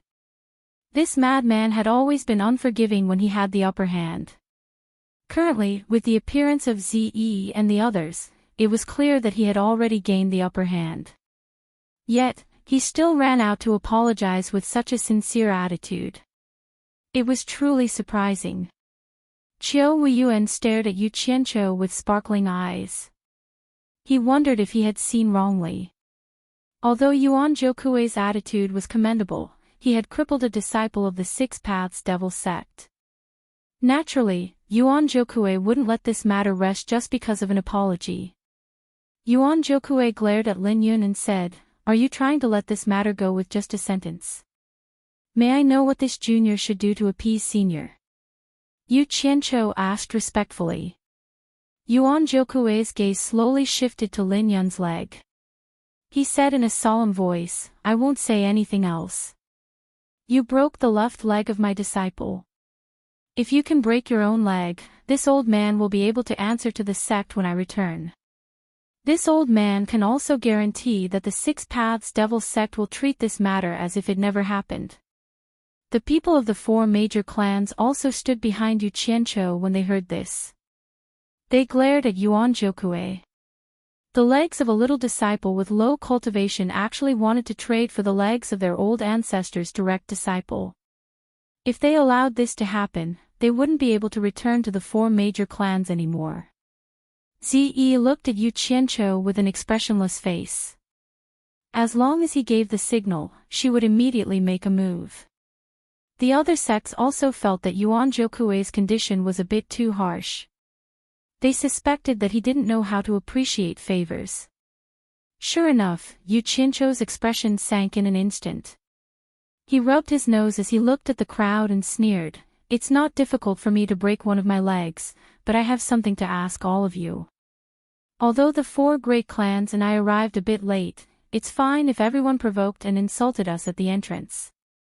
After all, we were the ones who were rude first." He suddenly turned around and pointed at Yuan Jiukue. He shouted, "But what gives a disciple of the Six Paths Devil sect the right to spit on my face in public? If I spit on your face, will you attack me? I'm afraid you'll even have the heart to kill me, right? There's such a thing. Then he's really asking for a beating." Everyone immediately whispered in each other's ears. Everyone had indeed heard the commotion outside, provoking and insulting the four clans. In such a chaotic situation, there was no guarantee that some naughty disciples would spit on the four clans.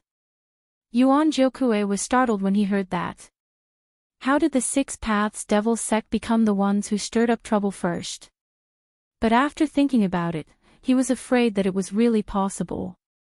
He paused and said with some uncertainty, "That's not possible. Hee. I've never been afraid of anyone." Yu Qianqiu looked around and sneered, "I know that everyone has a lot of misunderstandings about me, causing my reputation in the cultivation world to be bad. But I'm not a deranged person. How could I randomly grab someone and beat them? If Senior Yuan doesn't believe me, why don't you summon the disciple who was beaten? I can confront him directly. Who is right and who is wrong will naturally be clear."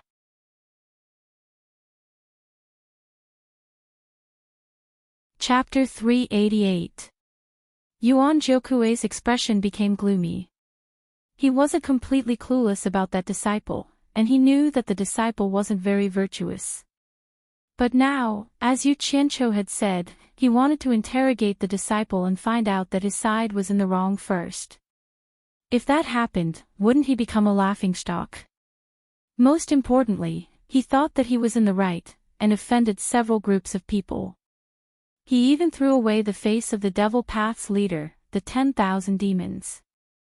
If the truth came out, and it was disadvantageous to his side, he would be embarrassed. While he was hesitating, many people could see his apprehension. Chiao Wuyuan winked at Wenjongping and pulled Yuan Jiukui with a smile. Old brother Yuan, for my sake, this matter ends here. Don't pursue it anymore. I'll send someone to treat that disciple's injury, and I'll definitely return him a healthy leg. That's right. Old brother Yuan, personal grudges are a small matter, but take the big picture into consideration. Wen Zhongping also persuaded. Yuan Jiukui naturally understood that these two demonic cultivators were taking the opportunity to give him a way out. If he didn't appreciate it, then he wouldn't know how to appreciate a favor. But he didn't know if Yu Qianqiu would fight to the bitter end. This guy was famous for being merciless. Yuan Jiukui looked at Yu Qianqiu. Chiao Wuyuan understood his meaning, so he walked over to Yu Qianqiu with a smile, patted his shoulder, and said, Old brother Yu, give this old brother some face, and forget it. How about we end this matter here? Since Senior Chiao has spoken, we can swallow this small grievance. Yu Qianqiu also looked at Yuan Jiukui and said, I wonder if Senior Yuan still wants to pursue this matter. Humph. Yuan Jiukui snorted heavily, then flashed back to his original position and sat down cross-legged. His attitude was obvious, indicating that he wouldn't pursue this matter any further. What are you snorting about? Let's see if you still dare to snort when this father destroys your Six Paths demon sect one day. Yu Qianqiu's brows twitched. It's better if this father doesn't pursue this matter, then I won't waste my breath. He also turned around and returned to his seat. It's all right, it's all right. Everyone, return to your positions. Chiao Wuyuan waved his hand at the crowd and smiled. The group of people returned to their positions, and this matter was over for the time being. Zi was still feeling quite indignant. She looked at Yu Qianqiu beside her and wondered what had happened to him. Yesterday, he had smashed someone's counter because of a single sentence, and today, he was scolded in the nose and endured it.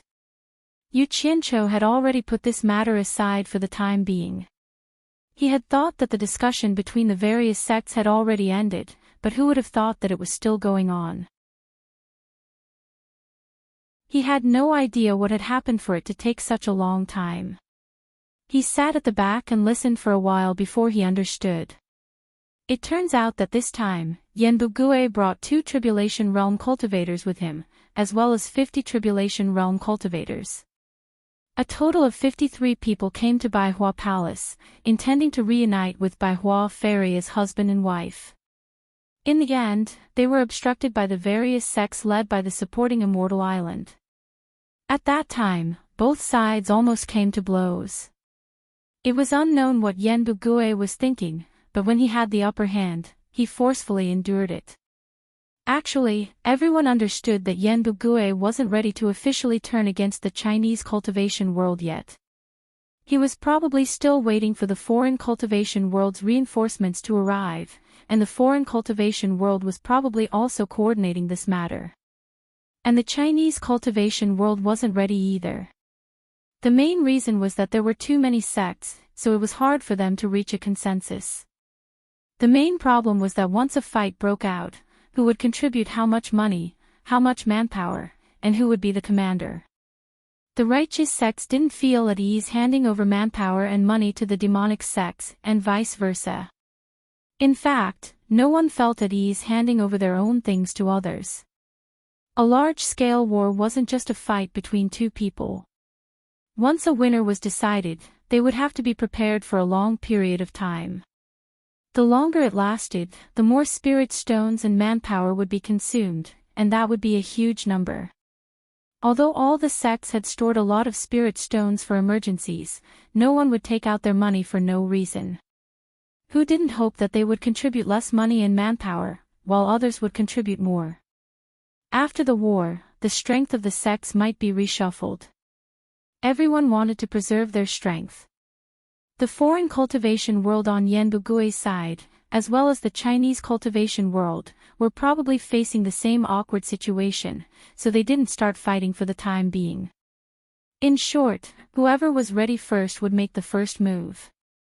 That was for sure. If they couldn't officially turn against each other, they could at least do something like east wind west wind, dampening the other party's morale. And so, last night, Yanbugui suddenly sent someone to deliver a challenge Jade archive to the Cultivation Alliance.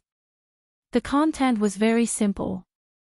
Both sides would send their people to fight 20 rounds. Regardless of whether they were dead or alive, the winner would be determined by the number of wins and losses. The loser would have to pay 1 billion high-grade spirit stones to the winner. Of course, the challenge couldn't be without rules. It was impossible for one side to send an early-stage tribulation-passing cultivator to fight, while the other side sent a late-stage tribulation-passing cultivator to kill the other side. That wouldn't be a challenge. It would be no different from seeking death. Yanbugui's letter of challenge stated that either side could send their people to challenge the other side first. One person could go on stage repeatedly, but the person sent by the challenge side couldn't have a higher cultivation level than the challenger. Of course, if the challenge side was willing to send someone with a lower cultivation level to die, the opposing side naturally wouldn't have any objections. That night, the Chinese cultivation world replied, "Accept the challenge." This was something that couldn't be avoided. Whoever dared to say the word avoid would probably be drowned in spittle. But 1 billion high-grade spirit stones couldn't possibly be given to a single sect. When it came to apportioning the money and manpower, it would be a little difficult. Anyone could make the argument, but the key was which sect would contribute the money and manpower. Thus, after discussing for half a day, they still couldn't come up with a solution. In short, everyone had thousands of reasons, all of which were for them to contribute less. 1 billion high-grade spirit stones. When Yu Qianqiu heard this, his eyes almost emitted a green light, and he in purple dress looked at each other in unison. Yanbugui came from the 10,000 demons, and now he has become the scourge of the Chinese cultivation world. For this challenge, the 10,000 demons can't absolve themselves from the blame. I'm not saying that the 10,000 demons will pay all of the 1 billion high-grade spirit stones, but the 10,000 demons still have to pay the most. Before the Luo sect's Zhu Xianxian could finish, Qiu Weiyuan jumped up and scolded, "T. Yanbugui has long established his own sect. He is him, and the 10,000 demons is 10,000 demons. If the Luo sect doesn't want to pay, then just say it. Don't always use this as an excuse. This is the whole Chinese cultivation world's business, not the 10,000 demons' business." Qiu Weiyuan, what you said is wrong. Why didn't someone like Yanbugui come from other sects, but from the 10,000 demons? If it wasn't for the 10,000 demons' lack of discipline, this wouldn't have happened. I think Elder Zhu is right. The 10,000 demons should pay the most. The one who said this was the Sword Faction's Elder Duan Tianbua, who was ranked 4th in the righteous sections. That's right. That's right. A group of righteous sects echoed, and they all pointed their spears at the 10,000 demons. The expressions of the demons kept changing. Logically speaking, they should be supporting the 10,000 demons, but only the 10,000 demons could be used against them. If they had to pay more, then so be it. After all, the 10,000 demons had a lot of money, so this amount of money was nothing. Yu Qianqiu finally understood. No wonder he saw Qiu Weiyuan's face the moment he came in. He had become the target of everyone's attacks. Sigh. Yanbugui had caused trouble, and now the 10,000 demons had become the scapegoat. It was really hard on Qiu Weiyuan, who had been running around outside. Duan Tianbua, you're not a good person either. You call yourself a righteous sect, but you're faster than anyone else when something happens. Fine. If you think that this has nothing to do with your sword faction, then please withdraw from the Cultivation Alliance. We, the 10,000 demons, will pay for your sword faction's money. Qiu Weiyuan pointed at Duan Tianbuo's nose and scolded him. Then, he looked around at the crowd and patted his chest loudly. If the righteous sects think that this has nothing to do with you, you can all withdraw from the Cultivation Alliance. We, the 10,000 demons, will pay for the righteous sect's money. A bunch of shameless people who call themselves righteous sects, tui. Qiu Weiyuan argued with the crowd. He was so angry that his face was red. After he said those harsh words, a few righteous sects immediately stood up and said, Qiu Weiyuan, speak clearly. Who are you calling shameless? I'm calling a bunch of cowards. Whoever wants to cower in this matter, I'll scold them. Whoever wants to fight, I'll play with them. Qiu Weiyuan was too lazy to argue anymore. He could not argue clearly anyway. He would die of exhaustion if he kept arguing with so many people. He happened to glance at Yu Qianqiu just now, and his heart lit up. Although he was not as good with words as Yu Qianqiu and could always reason, he could learn from Yu Qianqiu and act shamelessly, right? Who can still snatch money from me? As soon as the righteous sect stood up, there was no need to mention the 4 generals of the demon clan. A few other sects from the demon clan also stood up. It was fine if they just talked about it, but if they really fought, the other sects from the demon clan would definitely not let the 10,000 demons suffer losses. This time, it was lively. As one of the sects stood up, the second one stood up. In the end, the situation of the 10,000 demons alone became a situation where the righteous and the demon clan were fighting. Qiu Weiyuan's pressure was instantly reduced. He glanced at Yu Qianqiu, who was pinching his chin and watching the show. He thought to himself, no wonder this guy could always stir up big trouble with just a little bit of it. This shameless method was just a try, and immediately one family's problem became everyone's problem. At the same time, he could also save himself some trouble. It was worth learning. The situation was a little out of control. The 4 great clans had always been neutral. They did not belong to the demon clan or the righteous clan. A few people looked at Yu Qianqiu, who was pinching his chin, and decided to just watch the show. Yu Qianqiu was very happy in his heart. The representatives from the various sects really did not disappoint the sections. They did their best to fight for the greatest benefits for their sections. Everyone, please calm down. I have an idea, but I don't know if everyone is willing to listen to it. Quan Deming from Fu Xian Island saw that the commotion was getting out of hand. He frowned and thought for a while, then immediately shouted. Hearing that there was an idea, and it might even be related to their sects, everyone immediately quieted down and looked at Quan Deming. The latter waved his hand and said, "Everyone, sit down. It's not a solution to keep arguing like this. Listen to me slowly." Qiu Weiyuan took the lead and sat down first. After everyone started arguing, he did not say anything. Instead, he stayed out of it. The people from the various sects also sat down one after another.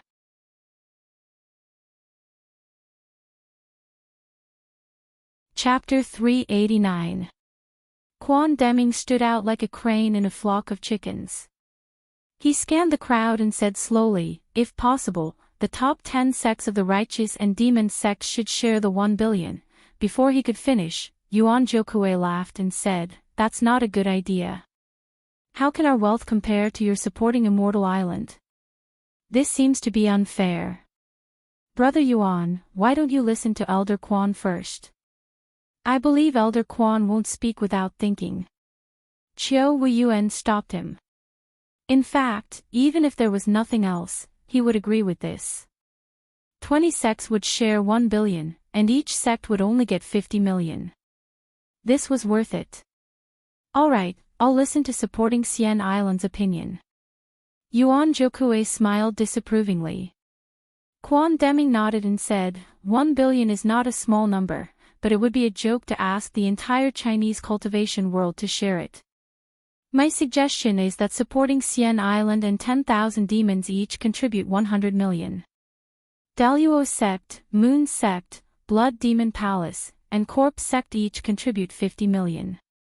Our 6 sects will take 400 million, and the remaining 600 million will be shared by the other 14 sections. What do you all think? Hearing this, other than the top 10 sects of the righteous and demon sects, the other sects all nodded in agreement. They were not allowed to contribute even 1 spiritual stone. It would be strange if they didn't agree. I think it's fine. Qiu Weiyuan also stood up and patted his chest. 10,000 demons will contribute this 100 million. 100 million was far better than 10,000 demons. Plus, 10,000 demons was the leader of the demonic sects, so it was reasonable for them to contribute a little more than the other sections. A leader should have the bearing of a leader. I think it's fine, fine.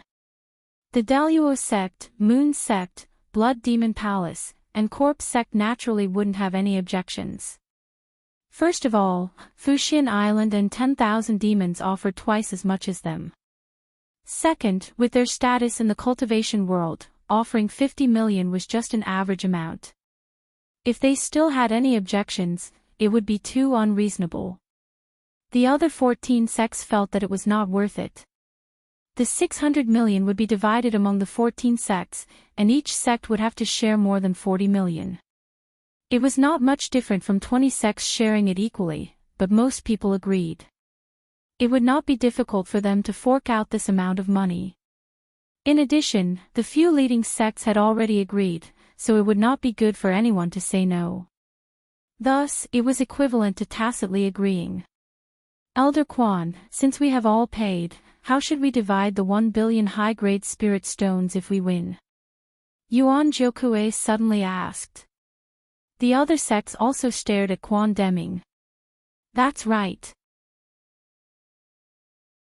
The matter of splitting the money had to be made clear, otherwise there would be problems later on.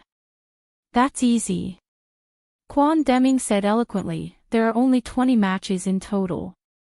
Since 20 sects have paid up, I believe that it won't be a problem for 20 of our sects to randomly send out 20 people. The 20 sects that have paid up can all send their people up to fight. If they win, the sect that pays the money will take back the money that the other sects have to share. The 1 billion earned will be divided into 20 portions. As long as the sect wins 1 match, they will get 50 million. The number of matches they win will be the same. If the sect wins all 20 matches, they will take all the 1 billion earned. My supporting Immortal Island will not have any objections. If we lose in the end, everyone can only admit that they are useless. They will definitely not give us the money for free. Ha! Everyone roared with laughter. This was a fair method, so no one had any objections. At least, if they won, they would not lose money. In addition, of course, the more effort they put in, the more benefits they would get. This logic was reasonable everywhere. Just when everyone thought the problem had been solved, Yuan Jokue suddenly stood up and said. I still feel that something is wrong. This was a good method, and it was already considered fair. What was wrong with it? Qiu Weiyuan turned around and said with a slight frown, Brother Yuan, could it be that you have another brilliant idea? Yuan Jokue pointed at the 4 major families and said in a clear voice, the combined strength of the 4 major families is not weaker than some of the top 10 sections. I think the 4 major families should also participate. The remaining 600 million will be divided equally among the 15 families. Each family will get 40 million, which is just right. He suddenly realized that something was wrong. How could he easily believe the words of that scoundrel, Yu Qianchou? But he had tacitly agreed not to pursue the matter. Thinking about it, he felt uncomfortable. When he remembered that the 4 major families were on the same side as Yu Qianchou, he came up with this idea. If they won this challenge, they could talk about it later. If they lost, they could let the 4 major families lose some money. It could also make those people feel disgusted. Everyone knew that Yuan Jokue still had grievances in his heart. They all looked at the 4 major families. Presumably, the 4 major families would not be able to refuse in this situation. Sure enough, Bai Shan stood up and said, although the 4 major families do not belong to the righteous or demonic sects, we are also part of China. It is reasonable for us to contribute money. After saying that, he sat down. This was also a sign of agreement. Yu Qianqiu was happy in his heart. He was worried that he could not find an excuse to intervene and make money. Now, the opportunity came to him. That kid outside did not beat him for nothing. Since the 4 major families have agreed, if there is no other objection, then this matter is settled. Quan Deming asked Chiu Yuan, Elder Chiu, what do you think? I have no objection. Just let me know when you want to pay. 10,000 demons will not refuse. Chiu Yuan laughed. He was in a good mood now that a troublesome matter had been solved. Quan Deming nodded and said to the crowd, the other party has more than 50 experts in the crossing calamity stage and 2 in the final stage. If you want to take this opportunity to make money, you might as well call for experts from your sect. This is much faster than us working hard to earn spirit stones from the spirit stone mine. Everyone laughed and suddenly became spirited, as if it was not difficult to make money. Most people felt that this matter did not concern them and finally did not have to worry. After the matter was settled, the group of people dispersed, leaving a large pile of praying mats on the ground. Naturally, the unlucky disciples on duty would come to clean it up. Ignoring the strange gazes of the outsiders, Yu Qianqiu and the others followed Bai Shan to the Bai family's shop. They had something to discuss. There were some decorations here, so their conversation would not be easily overheard. The shopkeeper of the Bai family's shop had already heard about Yu Qianqiu beating people at the entrance of the Cultivation Alliance.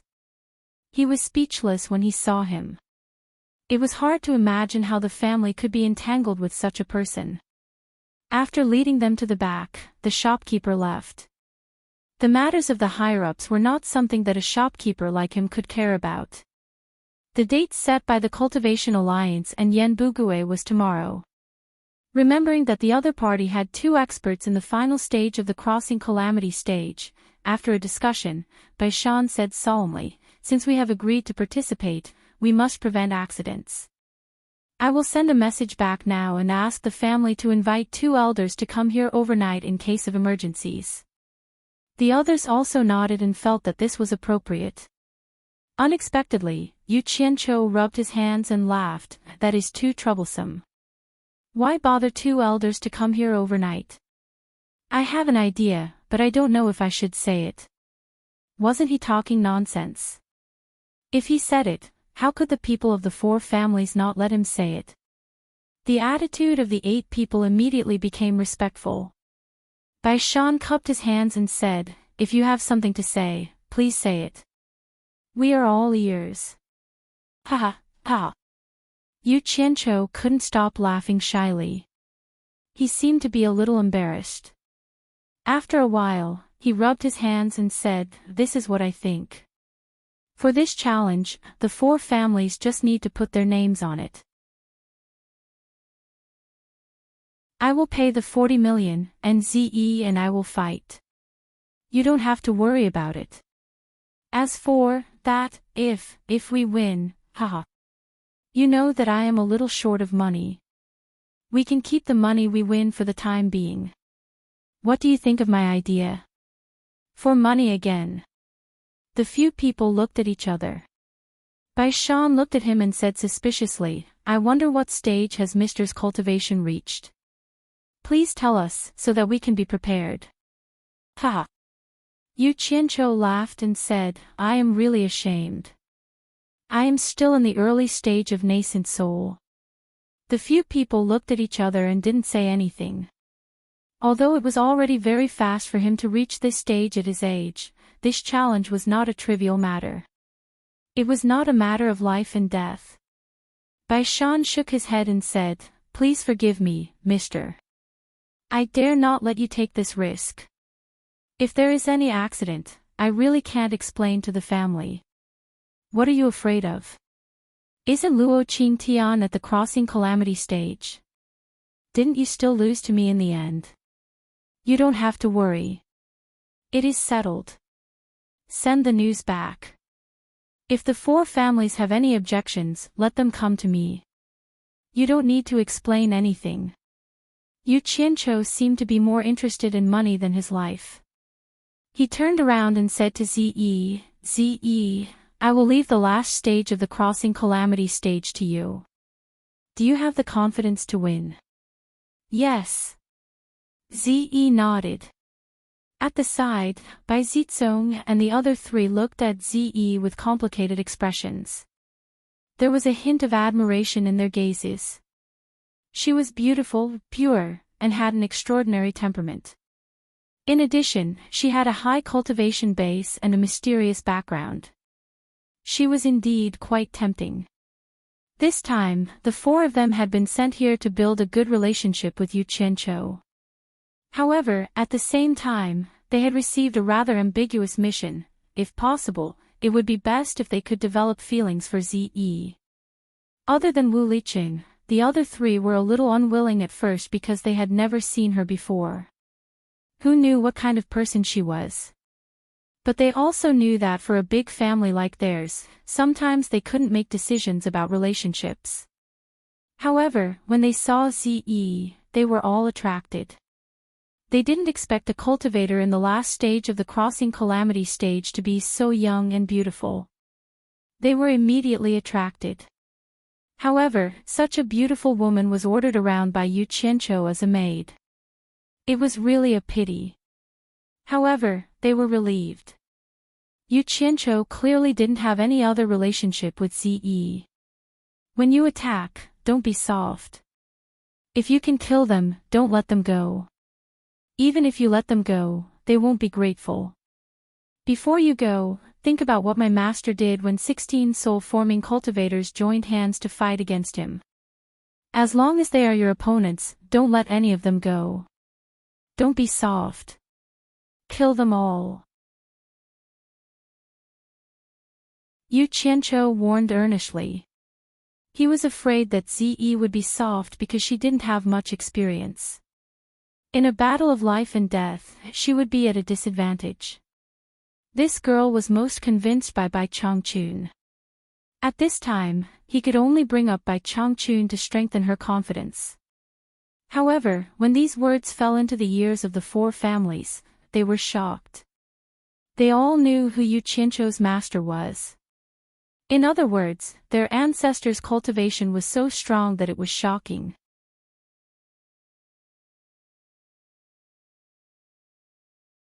Chapter 390. Ziyi's gaze instantly became firm, and she nodded her head seriously. Bai Shan cupped his hands and bowed to Yu Qianqiu excitedly. "Sir, can you tell us in detail about the Battle of the East Sea that you mentioned just now?" The people of the four great clans all cast expectant gazes at Yu Qianqiu. The legendary Battle of the Soul Formation stage was indeed worthy of admiration. Furthermore, the most powerful protagonists were their own relatives, so the anticipation was even stronger. "Tell you in detail." Yu Qianqiu was stunned. He thought to himself, "I heard it from Nongzhu, that old handsome guy. How can I tell you in detail?" He looked serious and sighed, "I can only be fascinated. It's indescribable, indescribable. That kind of realm is beyond our reach. Let's not talk about it." Zi rarely spoke in front of outsiders. At this moment, she clenched her fists and said in a woman's voice, "Elder Bai is undoubtedly the most powerful cultivator in the world. Zi will admire you for life." Her words were even more inspiring than Yu Qianqiu's. The people from the four major families were extremely excited, especially the people from the Bai family. They blushed and couldn't express their emotions for a long time. Ah. Let's go back. Yu Qianqiu turned around and kept shaking his head and sighing as if he had really seen the battle. Followed him and left, leaving the people from the 4 major families to daydream. They imagined how the thin elder in the portrait in the ancestral hall of their family looked in reality.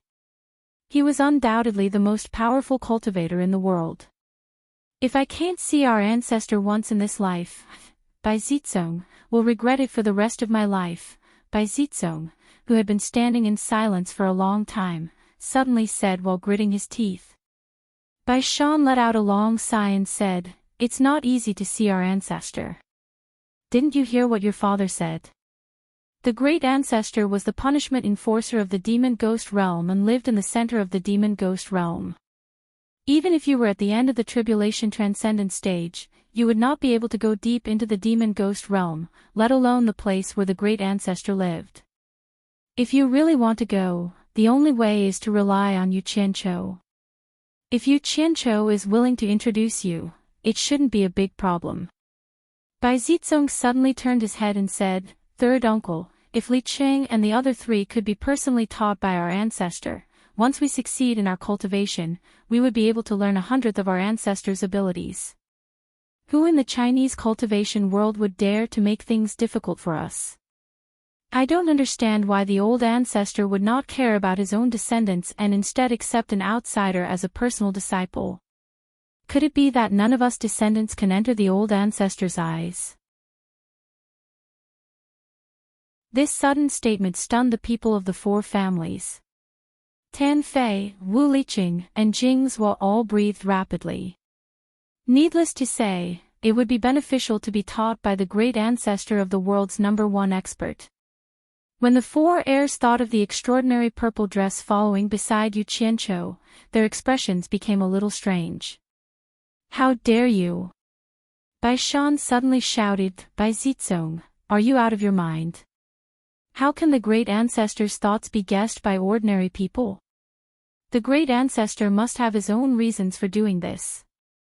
It's not something you can comment on. Third uncle, don't tell me you still don't understand." Bai Zizong pointed in the direction where the 2 of them went and said angrily, "Who is the hidden force behind him? Could he really comprehend such a mysterious and strange technique by himself? Who gave him those 2 treasured sabers? Without a doubt, all of these were given to him by the great ancestor. Otherwise, how could a lowly disciple like him surpass our cultivation base in such a short period of time? He dares to do whatever he wants in the cultivation world because he has the great ancestor's support. I don't understand why the great ancestor would do this. Jealousy always makes people lose their minds easily. When Yu Qianqiu was just a lowly disciple, Bai Shan could still bow down to him. Now, Yu Qianqiu was higher than him in every aspect. Even his seniority was higher than him. When he saw that Ze was obedient to Yu Qianqiu's words, an unknown fire completely ignited the dissatisfaction in his heart. Although Wu Liqing and the other 2 had similar thoughts, they never had such strong feelings. They were stunned by Bai Zizong's words. They did not expect Bai Zizong to say something like this. Tan Huazong, Jing Xingping, and Wu Anfeng looked at each other. Bai Shan was trembling with anger. He pointed his finger and yelled, "Bastard, kneel down." Bai Zizong clenched his teeth and kneeled in front of Bai Shan. His expression showed his unwillingness. Bai Shan said bitterly, "Without the great ancestor, there would be no 4 major clans. Jealousy blinds your eyes, you can't achieve anything. How dare you talk about the great ancestor's right and wrong? Do you think you're qualified to take over the Bai clan in the future? You treacherous bastard, slap yourself." Slap, slap, slap. Bai Zizong slapped his own mouth without saying anything. He slapped his own mouth again and again. Wu Liqing and the other 2 did not know what to do. Tan Huazong and the other 2 quickly advised, "Brother Bai, it's enough to teach him a lesson. It's understandable for a young man to say something rash. You don't have to go overboard. Bai Zizong, who was slapping himself, suddenly stopped. He touched his face, shook his head and smiled bitterly. He kowtowed to Bai Shan and said, "Third uncle, I know I'm wrong. I was blinded by jealousy just now and said something rash. Please forgive me." The few of them were speechless by his sudden change. Yanbugue and the Cultivation Alliance's challenge location was in a mountain not too far away from the Hundred Flowers Valley. To be exact, it should be in a valley surrounded by mountains. It took some effort to choose this place. People could stand around and watch, and the spacious valley in the middle was just right for the fight. There were probably thousands of people on the surrounding mountains. This was the result of the sects restraining their disciples. Otherwise, there would be more people coming to watch the fight. On Yanbugue's side, there were about 50 people including himself. From their clothes, most of them were cultivators from other clans. These dozens of people stood on the mountain top facing the many cultivators, but they did not show any fear. It was as if they were looking down on the cultivators of China. Both sides had already sent people to the middle to discuss the start of the fight. Ever since Yanbugue found out that Yu Qianqiu was among the crowd on the opposite mountain top, his eyes rarely moved, filled with hatred. If it wasn't for this guy, his family wouldn't be in such an awkward situation. The husband and wife couldn't be together, they colluded with other clans to protect themselves, and even their sect became enemies. Now that they had reached a point where it was either win or die, there was no way out. How could Yu Qianqiu not notice Yanbugue, who was the center of attention? Seeing that he kept staring at him, he didn't want to compete with Yanbugue with his stare, but it was uncomfortable to be stared at like that. He looked around and found the position of the 10,000 demons. They were not far away, so he slowly walked to the side of Qiu Weiyuan and bowed. "Greetings, Senior Qiu." "Ah. Greetings, greetings, greetings." Qiu Weiyuan looked him up and down. When did this guy become so proactive? It seemed like he was always the one looking for him first. Therefore, with a stomach full of questions, he asked, "Brother Yu, are you looking for me?" The 10,000 demons also looked at him. "Ha! Nothing, nothing." Yu Qianqiu looked around with a face full of smiles. "The weather today is really good." The 10,000 demons were not in a good mood. None of them were happy that the son of the previous sect leader had caused such trouble. Thinking about the possibility of fighting him again, they felt even more depressed. At this moment, Yu Qianqiu came over to talk about the weather. The group looked at the sky and felt that it was normal.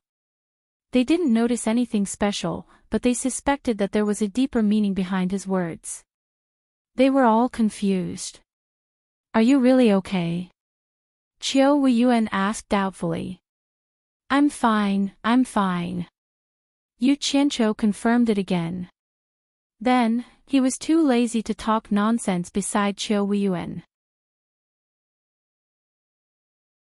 He seemed to be chatting happily with the 10,000 demons from time to time, creating a harmonious atmosphere. The 10,000 demons reluctantly answered him. They didn't have the mood to talk nonsense with him now. But when this scene fell into the eyes of Yanbugue, who was on the opposite mountain, he was so disgusted that he almost broke his teeth from gritting them. "What the hell is this guy doing?" Qiu Weiyuan cursed silently. The more Yu Qianqiu said that he was fine, the more suspicious he became. He and Yu Qianqiu had known each other for a long time. At that time, Yu Qianqiu hadn't joined Fuxian Island yet. Once they met, Yu Qianqiu started to flatter Qiu Weiyuan. Qiu Weiyuan already knew that this guy wasn't a good person. What happened later also confirmed his guess. Now that he suddenly acted like this, Qiu Weiyuan started to look around suspiciously. When his eyes met the hateful eyes on the opposite mountain, he was stunned. Then, he understood everything. This guy was obviously using the 10,000 demons to make Yanbugue angry. He was vicious. Qiu Weiyuan looked at Yu Qianqiu, who was still talking nonsense with the 10,000 demons. His expression changed. He said in a low voice, "Yu Qianqiu, you've achieved your goal. Go back to your position." Ah!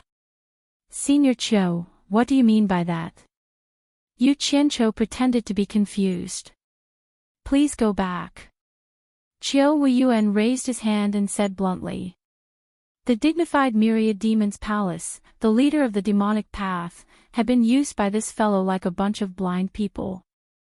How could they possibly have the nerve to explain themselves so clearly? Yu Qianqiu's expression darkened.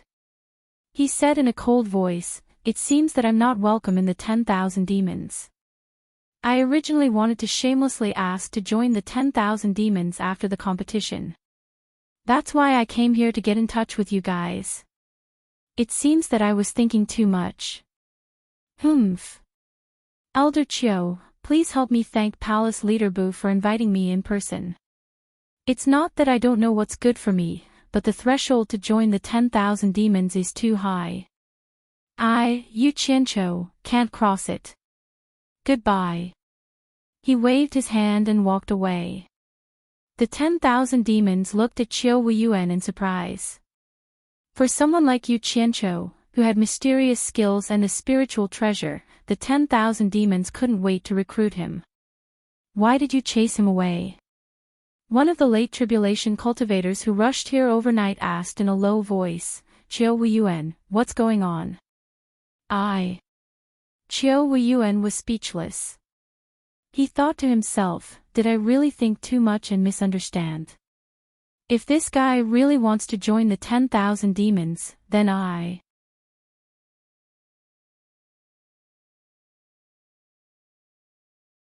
Chapter 391.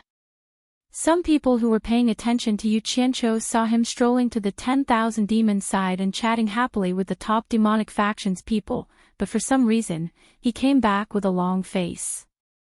The people from the 4 clans looked at each other.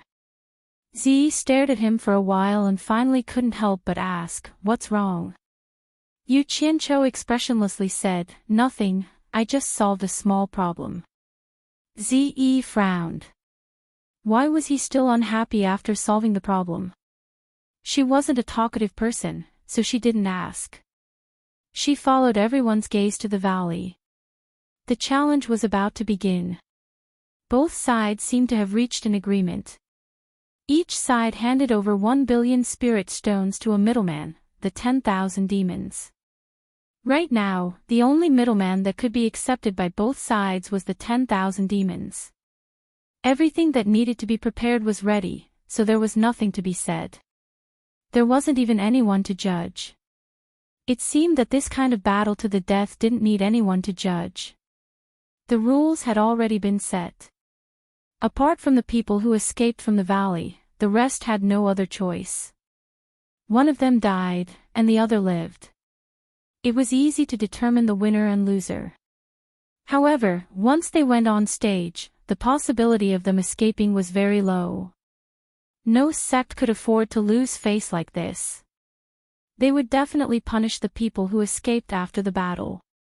The top 10 sects of the righteous and demonic sects had already gathered their experts. Especially the supporting Immortal Island.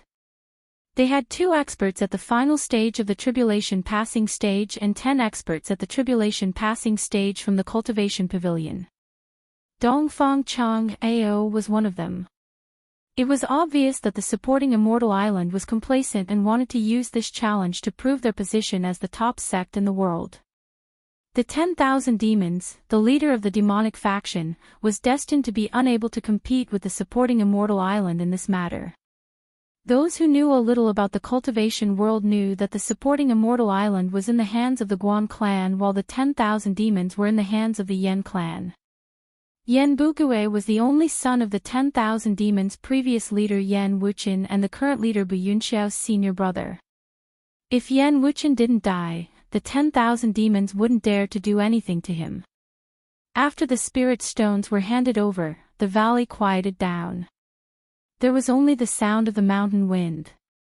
Everyone was looking around, not knowing who would be the first to challenge, and who would be the first to accept the challenge. Damn! What were they waiting for? Yu Qianqiu looked around, wishing he could go up first. Unfortunately, his cultivation level was too low. If he went up first, his opponent's cultivation levels would be above the crossing tribulation stage. According to the rules, they wouldn't be able to challenge him, so going up first would be pointless. According to the rules, those with high cultivation bases could not challenge those with low cultivation bases, while those with low cultivation bases could challenge those with high cultivation bases. However, it seemed that the possibility of the second scenario happening was very low, because it was practically courting death. China's cultivation world didn't know much about the foreign cultivation world, so the sects wanted to send someone to explore the world first before making a move. Yan Bugue, on the other hand, knew the situation of China's cultivation world very well. He wanted to see who would go first before sending someone to deal with the challenge. This was one of the reasons why he was determined to win. The mentality of both sides caused a temporary stalemate. Yu Qianqiu decided to wait a little longer when he thought about the possibility of earning 50 million. If no one went up, he would let Ziyi go. At this moment, Dongfang Chang, AO of the supporting Immortal Island slowly took out a golden spear from his storage bag, attracting everyone's attention. It seemed like the supporting Immortal Island was going to be the first to fight. The supporting Immortal Island was known as the top sect in the world. It might not matter to other sects if this stalemate continued, but the supporting Immortal Island couldn't do this because it was the top sect in the world. Dongfang Chang AO had been representing the image of the supporting Immortal Island for a long time, so he had to fight first. It's him again. Yu Qianqiu stared at Dongfang Chang AO with a trace of pity in his eyes. He couldn't help but sigh. Dongfang Chang AO was simply a desperate man of the supporting Immortal Island. He was always at the forefront. Sigh. Heroes would eventually reach their twilight, and even a fine horse would stumble. If this went on, he was destined to become a tragic figure. A figure flashed, and Dongfang Chang AO was already standing in the middle of the valley. The luxurious grass covered him up to his knees. He held his spear and shouted, "Middle stage tribulation passing cultivator of the supporting Immortal Island, Dongfang Chang AO, accepts the challenge. Who wants to die?" His last sentence was especially sonorous, and his voice echoed in the valley for a long time. Good. Someone shouted. Everyone looked toward the source of the voice and saw Yu Qianqiu taking the lead in clapping and clamoring. Everyone was slightly stunned. Someone from the Cultivation Alliance immediately followed suit. Then, the cheers and applause were continuous, and the atmosphere was immediately livened up. Yu Qianqiu didn't mean anything else. First of all, there was finally someone to light up the fire. Second of all, Dongfang Chang AO was a real man in his heart. The applause and cheers were not wrong for him. Ziyi looked at Yu Qianqiu in surprise. She didn't expect the crowd to have such a big reaction. Driven by the atmosphere, she couldn't help but applaud. Wu Liqing and the other two looked at Bai Zizong. Bai Zizong smiled bitterly at them and applauded. Dongfang Chang AO tilted his head and looked at Yu Qianqiu. He nodded and thanked him. It was enough for a man to be cheered by another man for something that he had held onto for his whole life. In the end, he met Qiu Weiyuan of the 10,000 demons. These two represented the leaders of the righteous and evil sects. For the glory of their sects, they fought for everything and never gave in. Qiu Weiyuan looked at Dongfang Chang AO with an inexplicable expression. He sighed slightly and looked away. This was the first time he gave in to Dongfang Chang AO. Only the two of them could understand that kind of feeling. Yu Qianqiu's atmosphere was getting stronger. Dongfang Chang AO's fighting spirit increased. He suddenly turned around and pointed at Yen Bugue and the others on a mountain. He shouted, "Dongfang Chang, Ao is here. Who wants to fight me?" Good. This time, there was no need for anyone to take the lead. The crowd had already pushed the applause and cheers to the climax. Yen Bugue retracted his resentful gaze from Yu Qianqiu. He looked around and snorted coldly. He slowly walked in front of a person and said in a deep voice, "Mr. Yen, I'm sure you've heard of this person. He can be considered a famous figure in Fuxian Island. His golden source spear is an upper-grade magical treasure. He rarely has a match. Although your cultivation is similar to his, and the black dragon whip in your hand can more or less restrain the spear, don't underestimate him. I'll leave this battle to you. I've long wanted to meet this person." The cultivator called Mr. Yen chuckled. He gently pulled on a long black whip that was tied to his naked upper body, and it smoothly slid into his hand before coiling into a bundle. He swept down from the mountain and stood about 10 meters away from Dongfang Chang Ao. He chuckled and said, "Shushui country's tribulation passing middle stage cultivator, Yen Biao, is here to challenge you." As soon as he arrived, the surrounding area immediately quieted down. All eyes were focused on the two of them. When Dongfang Chang Ao saw the whip in Yen Biao's hand, he slightly raised his eyebrows. He raised his spear and shouted, "Foreign cultivator, how dare you mess with the Chinese cultivation world? Die!" The spear turned into a phantom and smashed down. Dongfang Chang Ao made the first move. With a loud boom, a long, deep hole appeared on the ground. The air waves sent the surrounding weeds flying. Yen Biao couldn't be hit just like that. He had already disappeared. I've long heard of Dongfang Chang Ao's great name. Now that I see it, you're so clumsy. The voice came from the sky. Yen Biao stopped in the air. The long whip in his hand had already been released. It was like a spirit snake flying in the air. It was extremely nimble. The people of the Cultivation Alliance were shocked. The Chinese cultivation world was good at using flying swords, but this was the first time they had seen someone using a whip. The two late-stage tribulation passing elders of Fuxian Island were called Ji Nian and Fan Benlei. Their faces revealed a faint trace of worry. The whip could restrain the spear. In addition, it could be used like a sword. They were afraid that Dongfang Chang Ao would be in danger. Dongfang Chang Ao didn't even raise his head. He straightened his spear and pierced the sky. Whoosh! A golden light shot out from the spearhead and shot toward Yen Biao. While Yen Biao was speaking, his hands were already forming messy hand seals. The long black whip coiled up in the air. The raised whip head was pitch black like a cone, as if it was refined from a beast's horn or tooth. When the golden light shot over, Yen Biao didn't dodge. He pointed his finger, and the long whip whizzed out. The cone-like whip head directly collided with the golden light. Bang! A wave of air exploded. The golden light shot out from the spear was instantly defeated in the air. The long whip, however, shot toward Dongfang Chang Ao like an arrow. Everyone watching was shocked by the sharpness of the whip. At the same time, they were worried for the person below. Dongfang Changgao raised his head and took a glance.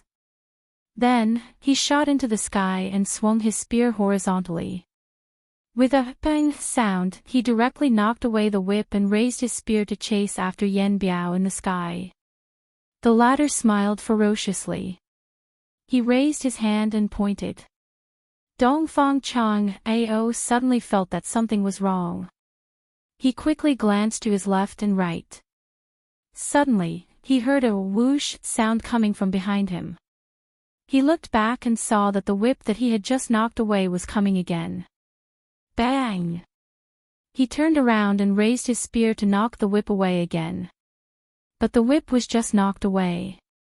It bounced in the air and came back to life. In the blink of an eye, it wrapped around him again. Dongfang Chang Ao didn't have time to care about Yen Biao. He waved his spear and fought with the strange whip. On the other hand, Yen Biao, who was in the air, only needed to control the whip with ease. Dongfang Chang Ao was already at a disadvantage. If this continued, he would consume too much of his true essence. If his reaction was a little slow, he was afraid that he would be at a disadvantage. Yu Qianqiu could see that Dongfang Chang Ao wasn't really inferior to that guy. The key was that the guy's whip was too strange. It couldn't be killed or broken. It was really entangled. Dongfang Chang Ao couldn't display his strength at all. Damn it. No one knew what would happen next. Losing one more round might decide the outcome of the battle. This was related to the ownership of 1 billion yuan. I've invested 40 million yuan. I can't lose money no matter what. Yu Qianqiu frowned. He suddenly turned to Bai Shan and asked, if someone threw a treasure down the mountain and happened to be picked up by Dongfang Chang Ao, it wouldn't be against the rules, right? Ah. Bai Shan looked at him in shock. He didn't know what he meant.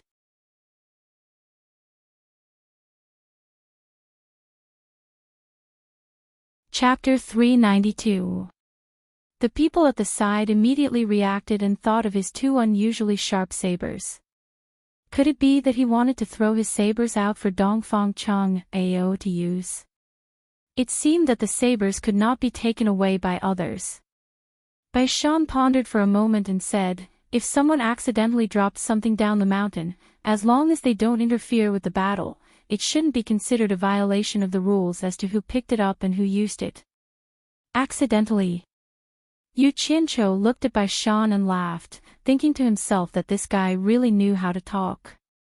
Looking back at the battle site, the crackling sounds echoed in the valley.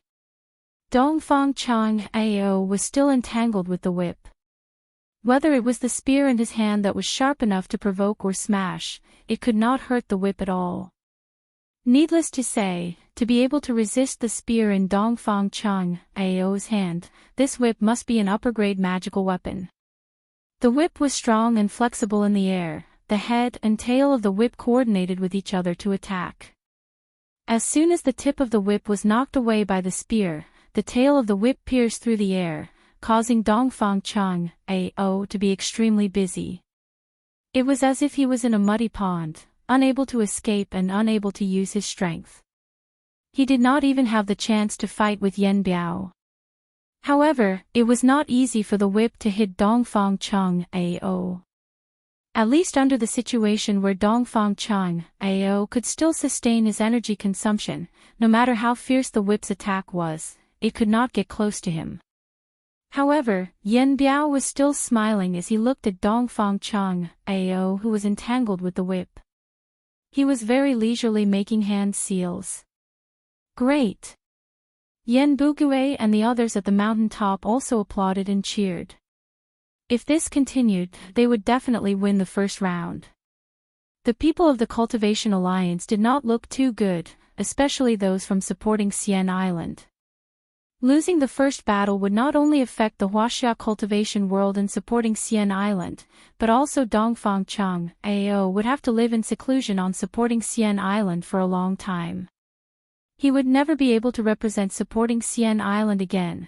Hearing the arrogant shouts coming from the other side, Dongfang Chang Ao was enraged. He knew what it would mean if he lost this battle. Therefore, with a red face, he let out a loud shout, then consumed a great deal of Jin Yuan to continuously shoot out a sharp golden light from the spearhead. Finally, he managed to force the snake-like whip to retreat for a while. His bloodshot eyes glared at the sky, and Dongfang Chang Ao seized the chance to quickly raise his spear and charge forward. Yen Biao was shocked. Actually, he himself was clearly aware that if he didn't rely on the sharpness of his whip, his strength would probably be much inferior to his opponent. Now that his opponent had not completely fallen into a hopeless situation, he ignored the rapid consumption of Jin Yuan and escaped. He didn't have any magical treasures in his hands. Once his opponent caught up with him, wouldn't it be a dead end? He quickly made hand seals to recall the black dragon whip, and his body also quickly dodged. The golden light from Dongfang Chang Ao's spear barely brushed past his feet, and Yan Biao was immediately scared out of his wits. What a fast speed! His opponent's strength was indeed a notch higher than his. Just a little bit more and he would have lost both his feet. Yan Bugui and the others were also shocked. Since his opponent had dodged, he had already lost the chance to chase after him. The long whip had already caught up with him, and Dongfang Chang Ao was once again trapped in the shadow of the whip. He also understood that once the counterattack just now failed, his opponent would not give him a chance to suddenly get close to him again. The sudden change in the situation made the Cultivation Alliance's morale rise. They didn't expect that they would still fail, and their hearts fell to the bottom again. How could everyone not see that Dongfang Chang Ao probably had no chance to win anymore, and now it was just a battle of attrition? Countless people shook their heads in pity for Dongfang Chang Ao. He was obviously strong, but he was tormented by a whip until he couldn't use his strength. They were afraid that the outcome was already decided. Qiu Weiyuan of the 10,000 demons had been staring at the figure entangled by the whip in midair. His eyes were wide open, and they were also bloodshot. His fists were clenched so tightly that there was a muffled sound, and his chest was heaving up and down violently. His opponent of many years might die in such an unjust battle. He suddenly felt that there was a stuffiness in his chest that he couldn't breathe out, and he was about to suffocate to death. He didn't know why either. The situation was grim. It's time to negotiate. Dongfang Chang Ao, you'll have to fight one more time. Yu Qianqiu pursed his lips. While everyone was watching with rapt attention, he walked out swaggeringly, and slowly walked to the side of the people from supporting Xian Island. There was still someone in the mood to stroll at this time, and it naturally attracted many people's attention. It was this guy again. Previously, he went to the 10,000 demons side, and this time, he came to supporting Xian Island's side. What was he trying to do? Yu Qianqiu didn't say anything. The mountain was a little sloped, and he stood under the eyes of the people from supporting Xian Island, silently watching Dongfang Chang Ao brandishing his long whip. The people from supporting Xian Island looked at each other, not knowing what this guy was doing here at this time. Quan Deming was currently the representative here, and he couldn't help but ask, Yu Qianqiu, what's the matter? Ah! Yu Qianqiu looked back in a daze, and then looked left and right as if he had accidentally walked here.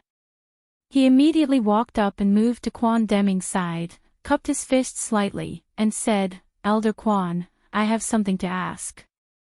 I noticed that Elder Dongfang's strength is obviously stronger than Yan Biao, but his spear is restrained by that long whip. I have something I don't understand. Don't you have any treasures that can break this long whip? If you do, why not throw it into the battlefield now? As long as you don't interfere with the duel, it won't be against the rules. Quan Deming turned around to look at the two consecrators behind him and frowned. I don't know what this whip is made of, but it's soft and not strenuous at all. It's not something that can be countered by ordinary treasures, unless there's an exceptionally sharp treasure that can break it in one fell swoop. It's not that our supporting Xian Island doesn't have such treasures, but they aren't in our hands at the moment, and it's too late to go back and get them. At this point, Quan Deming suddenly stopped talking, and everyone from supporting Xian Island also looked at Yu Qianqiu. Speaking of the sharpness of treasures, who had seen a treasure sharper than Yu Qianqiu's sabers? Even the sword of Deluo sect master was easily cut into 3 pieces, so it shouldn't be a problem to deal with this whip. Everyone's eyes lit up, but they immediately remembered that not everyone could pick up the sabers. Dongfang Chang Ao had also tried, but he couldn't pick it up at all. Thinking about it was a waste of time, and everyone shook their heads in regret. Yu Qianqiu nodded, and he rubbed his chin as he muttered, "Speaking of spears, I do have a treasure spear here. Although it's not as strong as my sabers, its sharpness isn't inferior to the sabers, and it might even be better. I just don't know if it can break this long whip." He wasn't afraid that people from other sects would hear him, because if someone released their divine senses to listen in, they would be discovered by supporting Xian Island. His words were no less than a sweet bait, and everyone's eyes lit up. There was actually a treasure spear that was sharper than his sabers, so how could it not break the long whip? Quan Deming was astounded, and he asked, "Yu Qianqiu, is what you said true?" Yu Qianqiu silently turned around, and he frowned, "Elder Quan, this isn't the first time we've met, so when have you seen me lie?" His tone was a little unhappy. "That's not what I meant."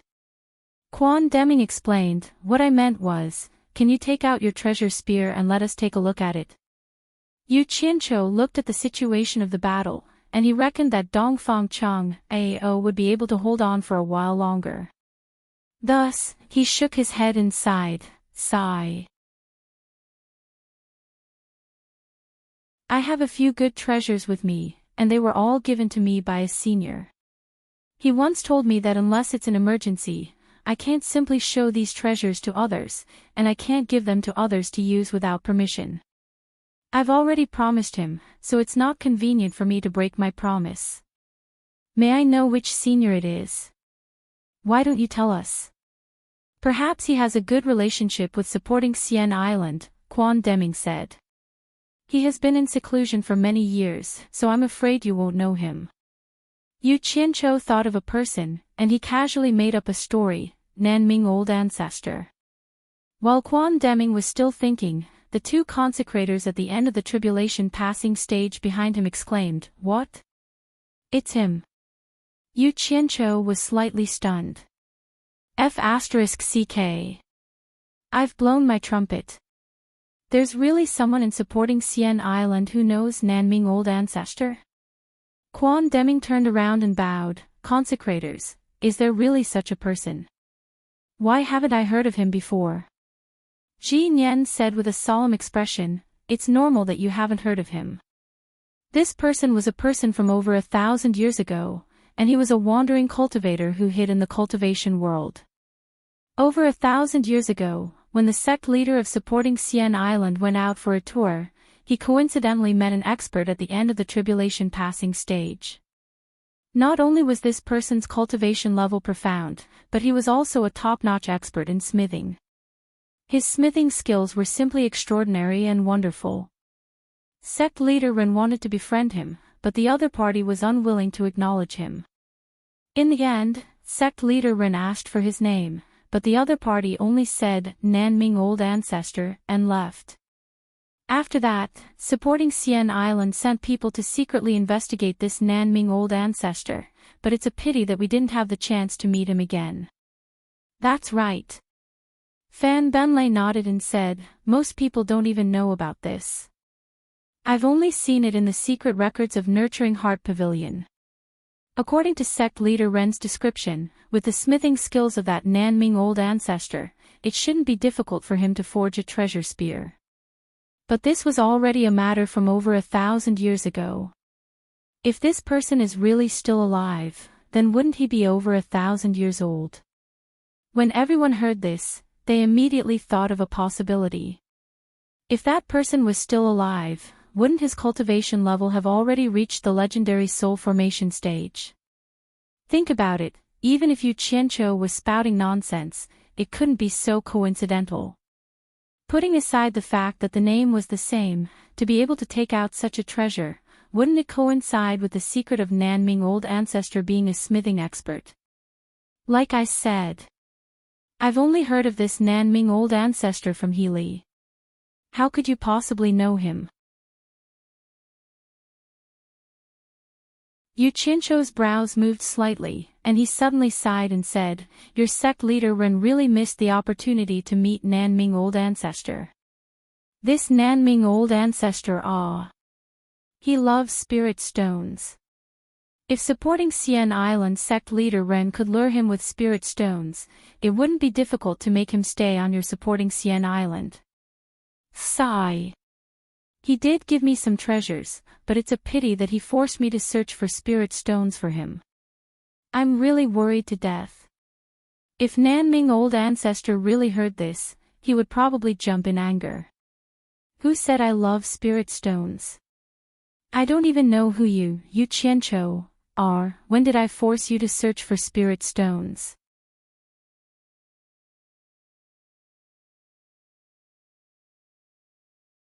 Chapter 393. Ancestor Nanming liked spirit stones. The people of supporting Immortals Island finally understood why Yu Qianqiu and the purple-clothed lady were so frantically accumulating wealth after their appearance. It turned out that there was an inside story. Ji Nian and Fan Benlei looked at each other. While Yu Qianqiu was looking at the duel in midair, they gave Quan Deming a look. Quan Deming nodded his head in understanding. He turned to Yu Qianqiu and said, Yu Qianqiu, can we borrow that spear for a while? Yu Qianqiu paused and said with some difficulty, I know what you mean. You want to borrow the spear for Elder Dongfang to use, but I promised Ancestor Nanming that I can't easily take out the treasures he bestowed, and I can't let others use them without permission. Otherwise, it's very likely that he will take them back. Elder Quan, you have to know that I'm prepared to use these treasures to save my life at a critical moment. If they were to be taken back, what would I do when I encounter danger in the future? Most importantly, I've always kept my promises. You guys better think of another way. We can pay spirit stones to rent it from Ancestor Nanming. What do you think? Quan Deming said. Yu Qianqiu smiled bitterly and said, Elder Quan, it's not that I don't want to promise you, but Ancestor is at the ends of the earth. Even if you rent it from him, I'm afraid that by the time you get the news that he agrees, it'll be too late. Do you think it's still necessary? Can you make this decision on behalf of Ancestor Nanming? Quan Deming asked. Me? Yu Qianqiu pointed at himself and then fell silent. He seemed to be thinking about something in the silence. After a while, he nodded, but then he shook his head and said, as long as there are spirit stones, I can make the decision. But you guys don't know Ancestor Nanming's character. He won't care about a small amount. His appetite is a little big. It was unknown whether he was feeling guilty when he said this. Was it the Nanming ancestor whom he had never met that had a huge appetite, or was it him who had a huge appetite? Quan Deming glanced at Dongfang Chang A.O., who was fighting in grief and indignation. With a firm expression, he said, name a number that the Nanming ancestor can accept. As long as it's not too outrageous, we won't make things difficult for you. The greatest significance of supporting Immortal Island's first appearance was not to win spirit stones, but to save face. For the number one sect in the world, reputation was sometimes more important than spirit stones. Ze and the people from the four major clans were no longer in the mood to watch the fight. From time to time, they would look at the people from supporting Xian Island. They didn't know what Yu Qianqiu was doing with the people from supporting Xian Island. He kept talking non-stop. As for Bai Zizong and the other three who were standing at the back, their gazes often stopped on the graceful silhouette of the lady in purple in front of them, sinking deeper and deeper. Yuan Jiukue from the Six Paths Demon sect had questioned the disciple who was beaten yesterday, but that disciple refused to admit that he spat on Yu Qianqiu. As a result, Yuan Jiukue's hateful gaze couldn't leave Yu Qianqiu today. Now that he had finished visiting the 10,000 demon side, he went to the supporting Xian Island side. At first, he thought that this kid was really capable to be able to win over both the righteous and demonic sections. But now, he felt that something was wrong. Yuan Jiukue looked at the scene doubtfully. Dongfang Chang Ao was in imminent danger, but the people from supporting Xian Island were busy chatting with Yu Qianqiu. Even the two consecrators in the final stage of the tribulation passing realm were hitting on him. This was like seeing a ghost. Could it be that supporting Xian Island wasn't worried about Dongfang Chang Ao's safety at all? Impossible. Dongfang Chang Ao represented the face of supporting Xian Island. This huge doubt made Yuan Jiukui feel as if he had been enlightened. He couldn't help but regret his impulsive actions yesterday. Supporting Xian Island and the 10,000 demons were not kind people. Since the two sects and Yu Qianqiu were so accommodating, they must know something that others didn't. It seemed like he had to spend more effort to investigate. Otherwise, it would be too late to regret when he suffered a loss. Yu Qianqiu lowered his head and pondered when he heard this. He thought to himself, I've played hard to get, so I'm not going to play anymore. Not only will they not believe me, they will also say that I'm greedy. It's not good to play too much. It'll be bad if I lose everything. So he let out a sigh and nodded solemnly. Okay.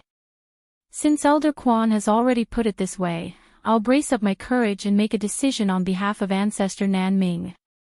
A fixed price of 50 million high-grade spiritual stones is really the lowest I can go. Ancestor Nanming really won't be interested in anything less than this. You can decide for yourselves. It would cost 50 million just to rent it. Even if supporting Immortal Island saved up this amount of money, it would still take many years. The people of supporting Xian Island looked at each other, but they couldn't delay any longer. Dongfang Chang Ao's safety and supporting Xian Island's face were worth more than 50 million. Ji Nian said in a deep voice, Yu Qianqiu, I promise you on behalf of supporting Xian Island. However, I have to say something first. What if the spear isn't as sharp as you said and we make a mistake? I've never lied. Is Senior doubting my credibility? Fine, I'll risk the treasure being taken back by Ancestor Nanming. I'll say this here. If the spear's sharpness isn't what I said, you don't have to give me a single spiritual stone. Yu Qianqiu's face was full of righteousness, and his words were filled with awe-inspiring righteousness. Ji Nian nodded. All right, it's settled then. However, we don't have that many spiritual stones on us, so we'll have to temporarily Yu Qianqiu waved his hand and interrupted him. It's fine to give it to you after the matter is over. I've been on supporting Xian Island for so many years, so I have some confidence in supporting Xian Island. However, I have to make it clear in advance that the spear can't be used by you indefinitely. It's only for Elder Dongfang's match. Supporting Xian Island had never thought of taking his things.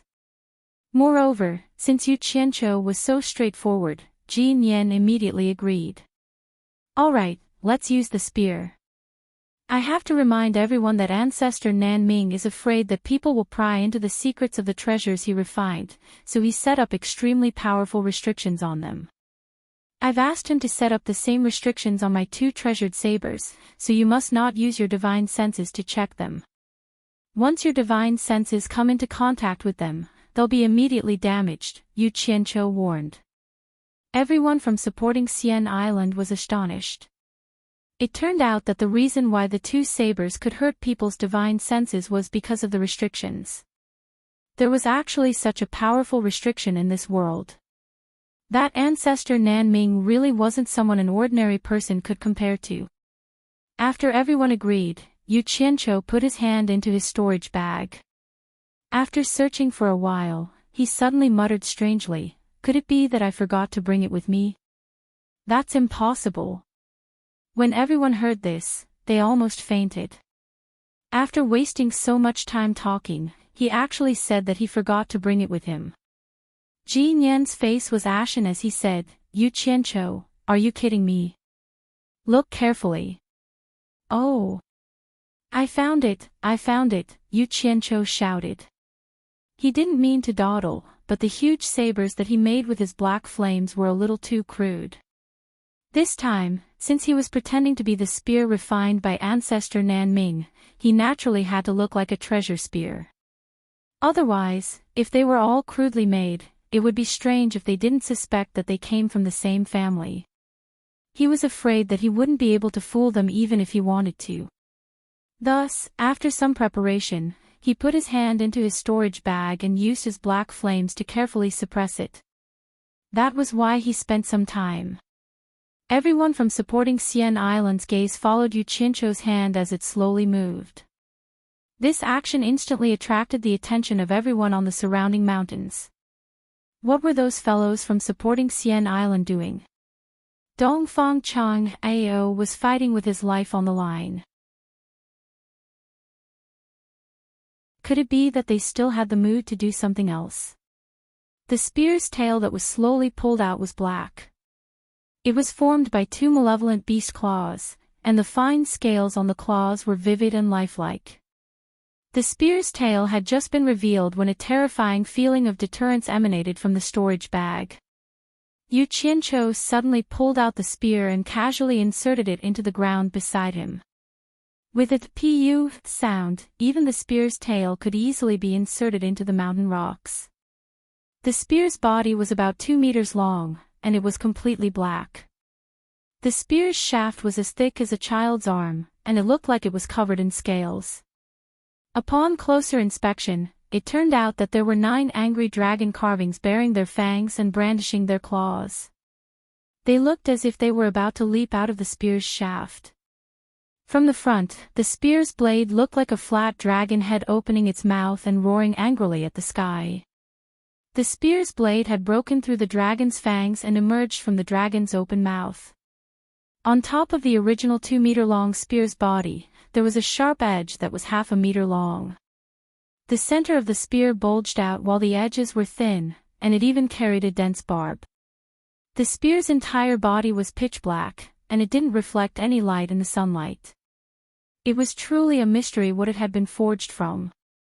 The moment this spear appeared, the people from supporting Xian Island felt like they had to retreat before even trying it out, and they couldn't help but gasp. Needless to say, just this meticulous carving and this concealed aura meant that this was undoubtedly a treasured spear. The people standing closer to the spear could clearly see the fierce spearhead and were left speechless. Those farther away were also trying to figure it out. Yu Qianqiu examined the spear's design and was very satisfied with it. In his rush just now, he had recalled the image of the red dragon in Twilight Valley and applied it to this spear. As expected, the spear's aura was extraordinary. How could he not praise such a masterpiece? Yu Qianqiu coughed and solemnly said, "When this spear first took shape, someone used it to kill a 9,000-year-old flood dragon that was on the verge of ascending. Afterwards, the Southbright ancestor placed 9 dragons on the spear's body, calling it the dragon-slaying spear. The dragon slayer who used this spear once praised that the supreme cultivator's treasured spear slays dragons. No one in the world dares to disobey, and the heavenly sword does not appear. The dragon-slaying spear. This spear once slaughtered a flood dragon that was on the verge of ascending." Fan Benlei said in disbelief. The people from supporting Xian Island also stared at the spear, and Jin Yan asked in shock, "The heavenly sword does not appear, and who can contend with it? Does this mean that there is another heavenly spear that can contend with the dragon-slaying spear?" "Ah. That heavenly sword refers to the heavenly sword, not the spear, but it's also incredibly sharp," Yu Qianqiu somewhat awkwardly explained. He thought to himself, "I can't talk nonsense anymore. If I continue, great hero Jin will be so angry that he transmigrates to settle the score with me." He quickly changed the topic and said, "Everyone, shouldn't you quickly hand the spear over to Elder Dongfang? If we continue to talk, I'm afraid there will be a problem." "Ah." Everyone was shocked when they heard this.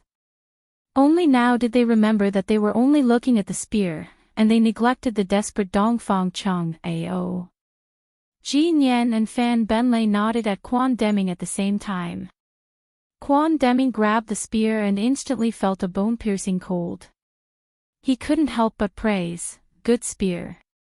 Everyone stepped aside, and Quan Deming walked out with the spear in hand. He transmitted his voice to Dongfang Chang, Ao, Elder Dongfang, don't panic. We have already found you the peerless godly weapon, dragon-slaying spear. It will definitely be able to break that strange whip. You must remember, the restriction on this spear is extremely powerful. As long as you don't use your divine sense to check, you will definitely be able to use it safely.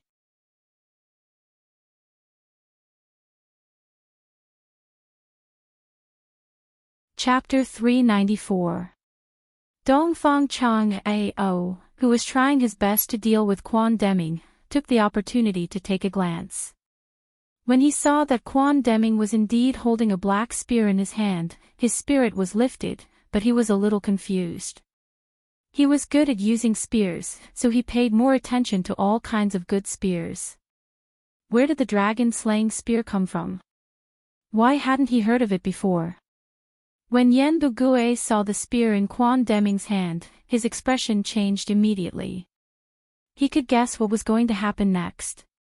He transmitted a message to Yen Biao, be careful, Mr. Yen. Supporting Xian Island is going to send a spear into the battlefield. This spear might be able to break Mr.'s whip. You must not let it fall into the hands of Dongfang Chang Ao. Yen Biao stopped in mid-air. Although he looked relaxed, he didn't dare to get too close to Dongfang Chang Ao.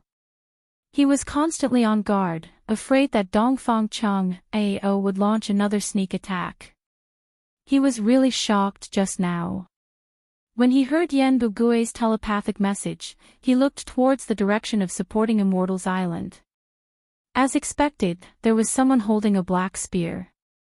He couldn't help but smile and reply to Yen Bugue, Palace Master Yen is worrying too much. The black dragon whip in our hands is made from a flood dragon that had cultivated for thousands of years. He extracted its tendons, peeled its scales, and refined its bones. How can it be broken by ordinary treasures? Yen Bugue saw that this guy was underestimating his enemy, so he reminded him again, supporting Xian Island is not comparable to ordinary sections. The golden source spear in Dongfang Chang Ao's hands is also an upper-grade treasure.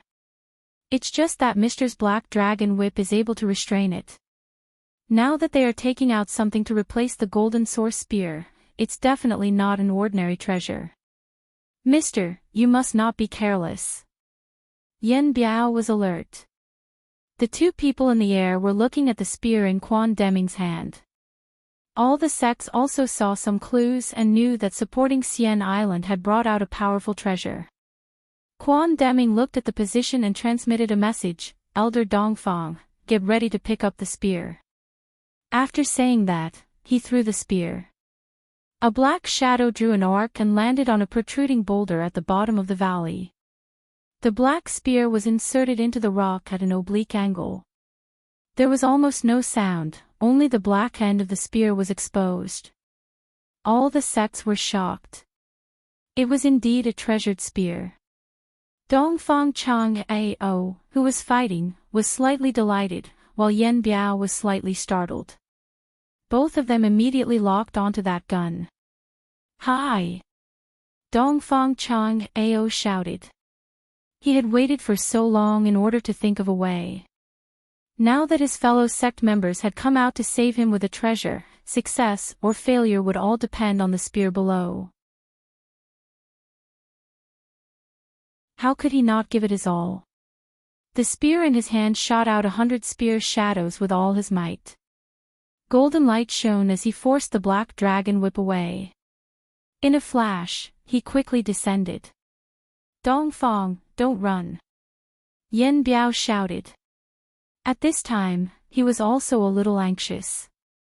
He made a hand seal, and the black dragon whip chased after Dongfang Chang Ao. Everyone's eyes were focused on the battle between the two. They knew that this was the crucial moment. About 100 meters above the ground, the sound of wind breaking could be heard. Dongfang Chang Ao suddenly stopped, turned around, and used all his strength to shake off the long whip with his spear. Everyone thought that he would be able to pick up the spear below. Unexpectedly, he raised his head and looked at Yen Biao, who was rushing down, and shouted, "Kill!" Then, he raised the golden origin spear and rushed towards Yen Biao. His imposing manner was incomparably valiant. The two of them rushed at each other, and their speed seemed to close in an instant. Yen Biao originally wanted to use the long whip to entangle Dongfang Chang Ao so that he could keep the spear below to avoid any worries. Who knew that Dongfang Chang Ao would turn around and rush back, as if he had set up a trap for him to fall into. The sharp sound of the golden spear pierced through the air, and Yen Biao was almost scared out of his wits. He hurriedly turned around to escape, but it seemed that it was still a little too late. The two of them had already met, and following a cold snort from Dongfang Chang Ao, the golden spear drew out a rain of blood. "Ah!" Yen Biao screamed. One of his thighs was not able to dodge in time, and was cut off on the spot. The Cultivation Alliance immediately cheered, especially Qiu Weiyuan of 10,000 Demons, who was unusually loud and excited. Yu Qianqiu nodded slightly. This Dongfang Chang Ao was indeed Dongfang Chang Ao. As long as he was given a chance, he could immediately turn the situation around. This kind of wisdom and courage was definitely not comparable to ordinary people. It was no wonder that he could take on such a heavy responsibility in the world's #1 sect, Fuxian Island. Although Yen Biao had lost a leg, his life was still more important. He continued to run for his life, but his vitality was greatly injured, and his speed was already a lot slower. He desperately ran towards the direction of Yen Bugue and the others, shouting loudly, "Two senior brothers, save me!"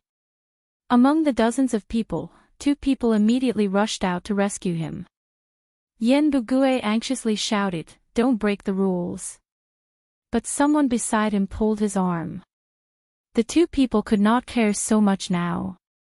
Their junior brother was about to die, who would care about the rules? At worst, they could just admit defeat. However, the scene that the 2 of them were most worried about still appeared. Dongfang Chang Ao had already caught up to Yen Biao. His expression was as calm as still water, and he raised his spear above Yen Biao's head. The 2 of them immediately shouted, "Show mercy." Yen Biao turned around in horror, only to see a ray of golden light flying towards him. Dongfang Chang Ao had just used the spear 3 times, and his movements were clean and neat. He was indeed someone who had used the spear for a long time. Ah! A few pieces of minced meat and blood fell to the ground accompanied by a shrill scream. Yen Biao was finished. The Cultivation Alliance once again cheered non-stop, "Junior brother." The 2 people who were rushing over exclaimed. The 2 people raised their hands and pulled out whips that were exactly the same as Yen Biao's. Dongfang Chang Ao turned around and left, landing on the ground at the fastest speed. Not far away, he saw the ownerless long black whip lying quietly on the ground. He raised his hand and grabbed it, then directly threw it into his storage bag. This could be considered as his spoils of war. Seeing that the 2 people who pulled the whips were picking up the pieces of Yen Biao's body, he looked at the broken leg in front of him. He was afraid that the other party would not let this go so easily. Dongfang Chang Ao first took out an energy recovery pill and swallowed it. At the same time, he stuffed the golden origin spear in his hand into his storage bag. He turned around and grabbed the black spear handle on the boulder behind him. As he grabbed it, his eyes slightly widened. He suddenly pulled out the black Dragon Slayer spear that was stuck on the boulder and raised it to take a closer look. The long spear was cold and pitch black. The dragon claw held the spear spine, and the 9 dragons roaming spear was like a raging dragon spitting out cold blades. The entire spear was almost covered by the fine scales of the dragon, and it looked extraordinary. In particular, there seemed to be a huge amount of power contained within it. That kind of terrifying power seemed familiar. Dongfang Chang Ao looked at the fellow sect members of supporting Xian Island in surprise. He had never heard of such a spear in the sect. If there was one, it would have been given to him long ago. He reckoned that it would not have dragged on until now. Elder Dongfang, you have won the first round. The two consecrators have summoned you back. Dongfang Chang Ao suddenly received a voice transmission from Quan Deming. He nodded slightly and flew back to the people of supporting Xian Island in a flash. The surroundings were filled with cheers. The Cultivation Alliance had won the first round, and all the sects were cheering. Elder Dongfang is indeed amazing. Yu Qianqiu praised happily. This really made him overjoyed. He had not even used the spear, and he had already earned 50 million. Even if he lost in the end, he could still earn 10 million. If he had known earlier, he would not have spent 40 million. Dongfang Chang Ao was startled. Why was this guy here? He nodded and did not say anything. However, Yu Qianqiu stretched out his hand and said, Elder Dongfang, please return the Dragon Slayer spear to me. This spear is yours. Dongfang Chang Ao looked at the fellow sect members in surprise. Finally, his eyes fell on Quan Deming. The latter nodded silently and said, I borrowed it from Yu Qianqiu for emergencies.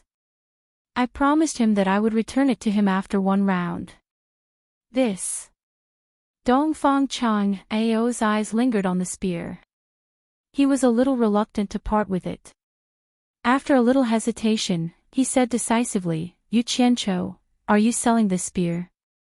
Yu Qianqiu waved his hand and said, No, no.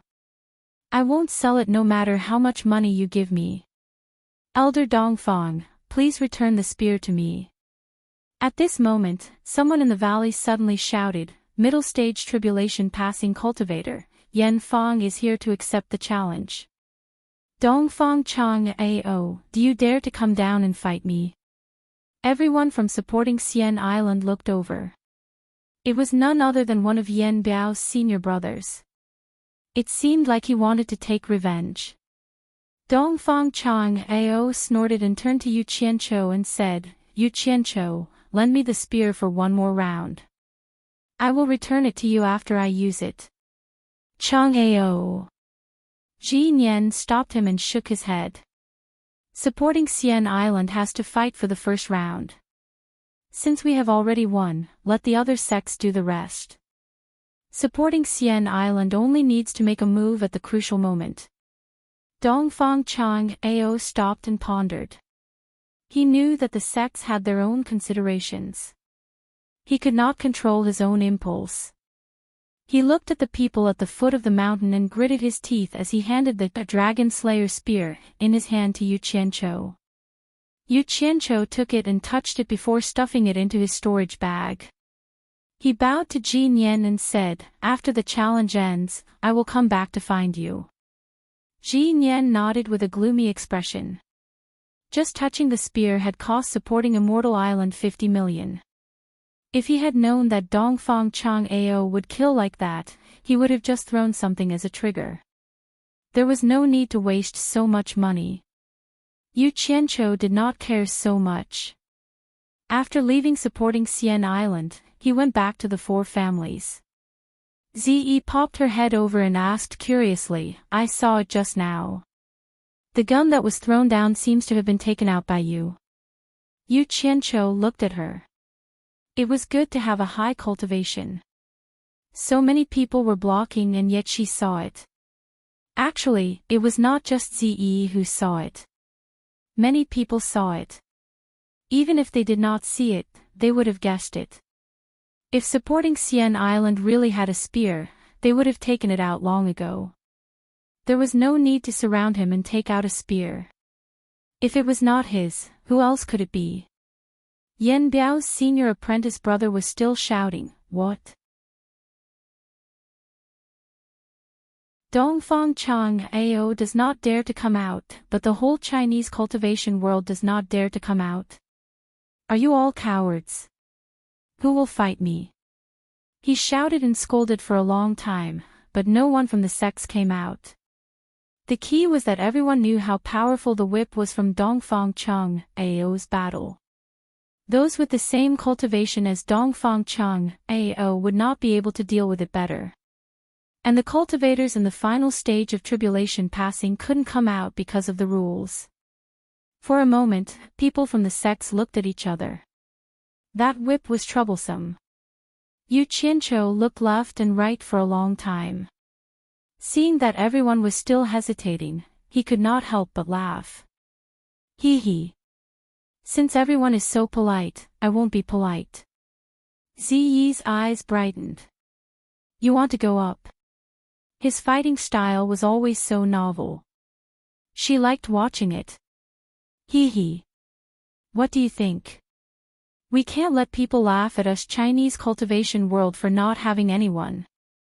Yu Qianzhou's mouth twitched as he drew a machete in each hand and shouted, I'm coming. You're tuning into the LoveLore Library YouTube channel. We're so grateful for your support and don't forget to subscribe to join us on this incredible journey through captivating stories.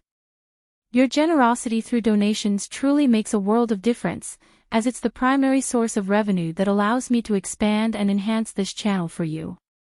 Thank you from the bottom of my heart for being a part of this adventure.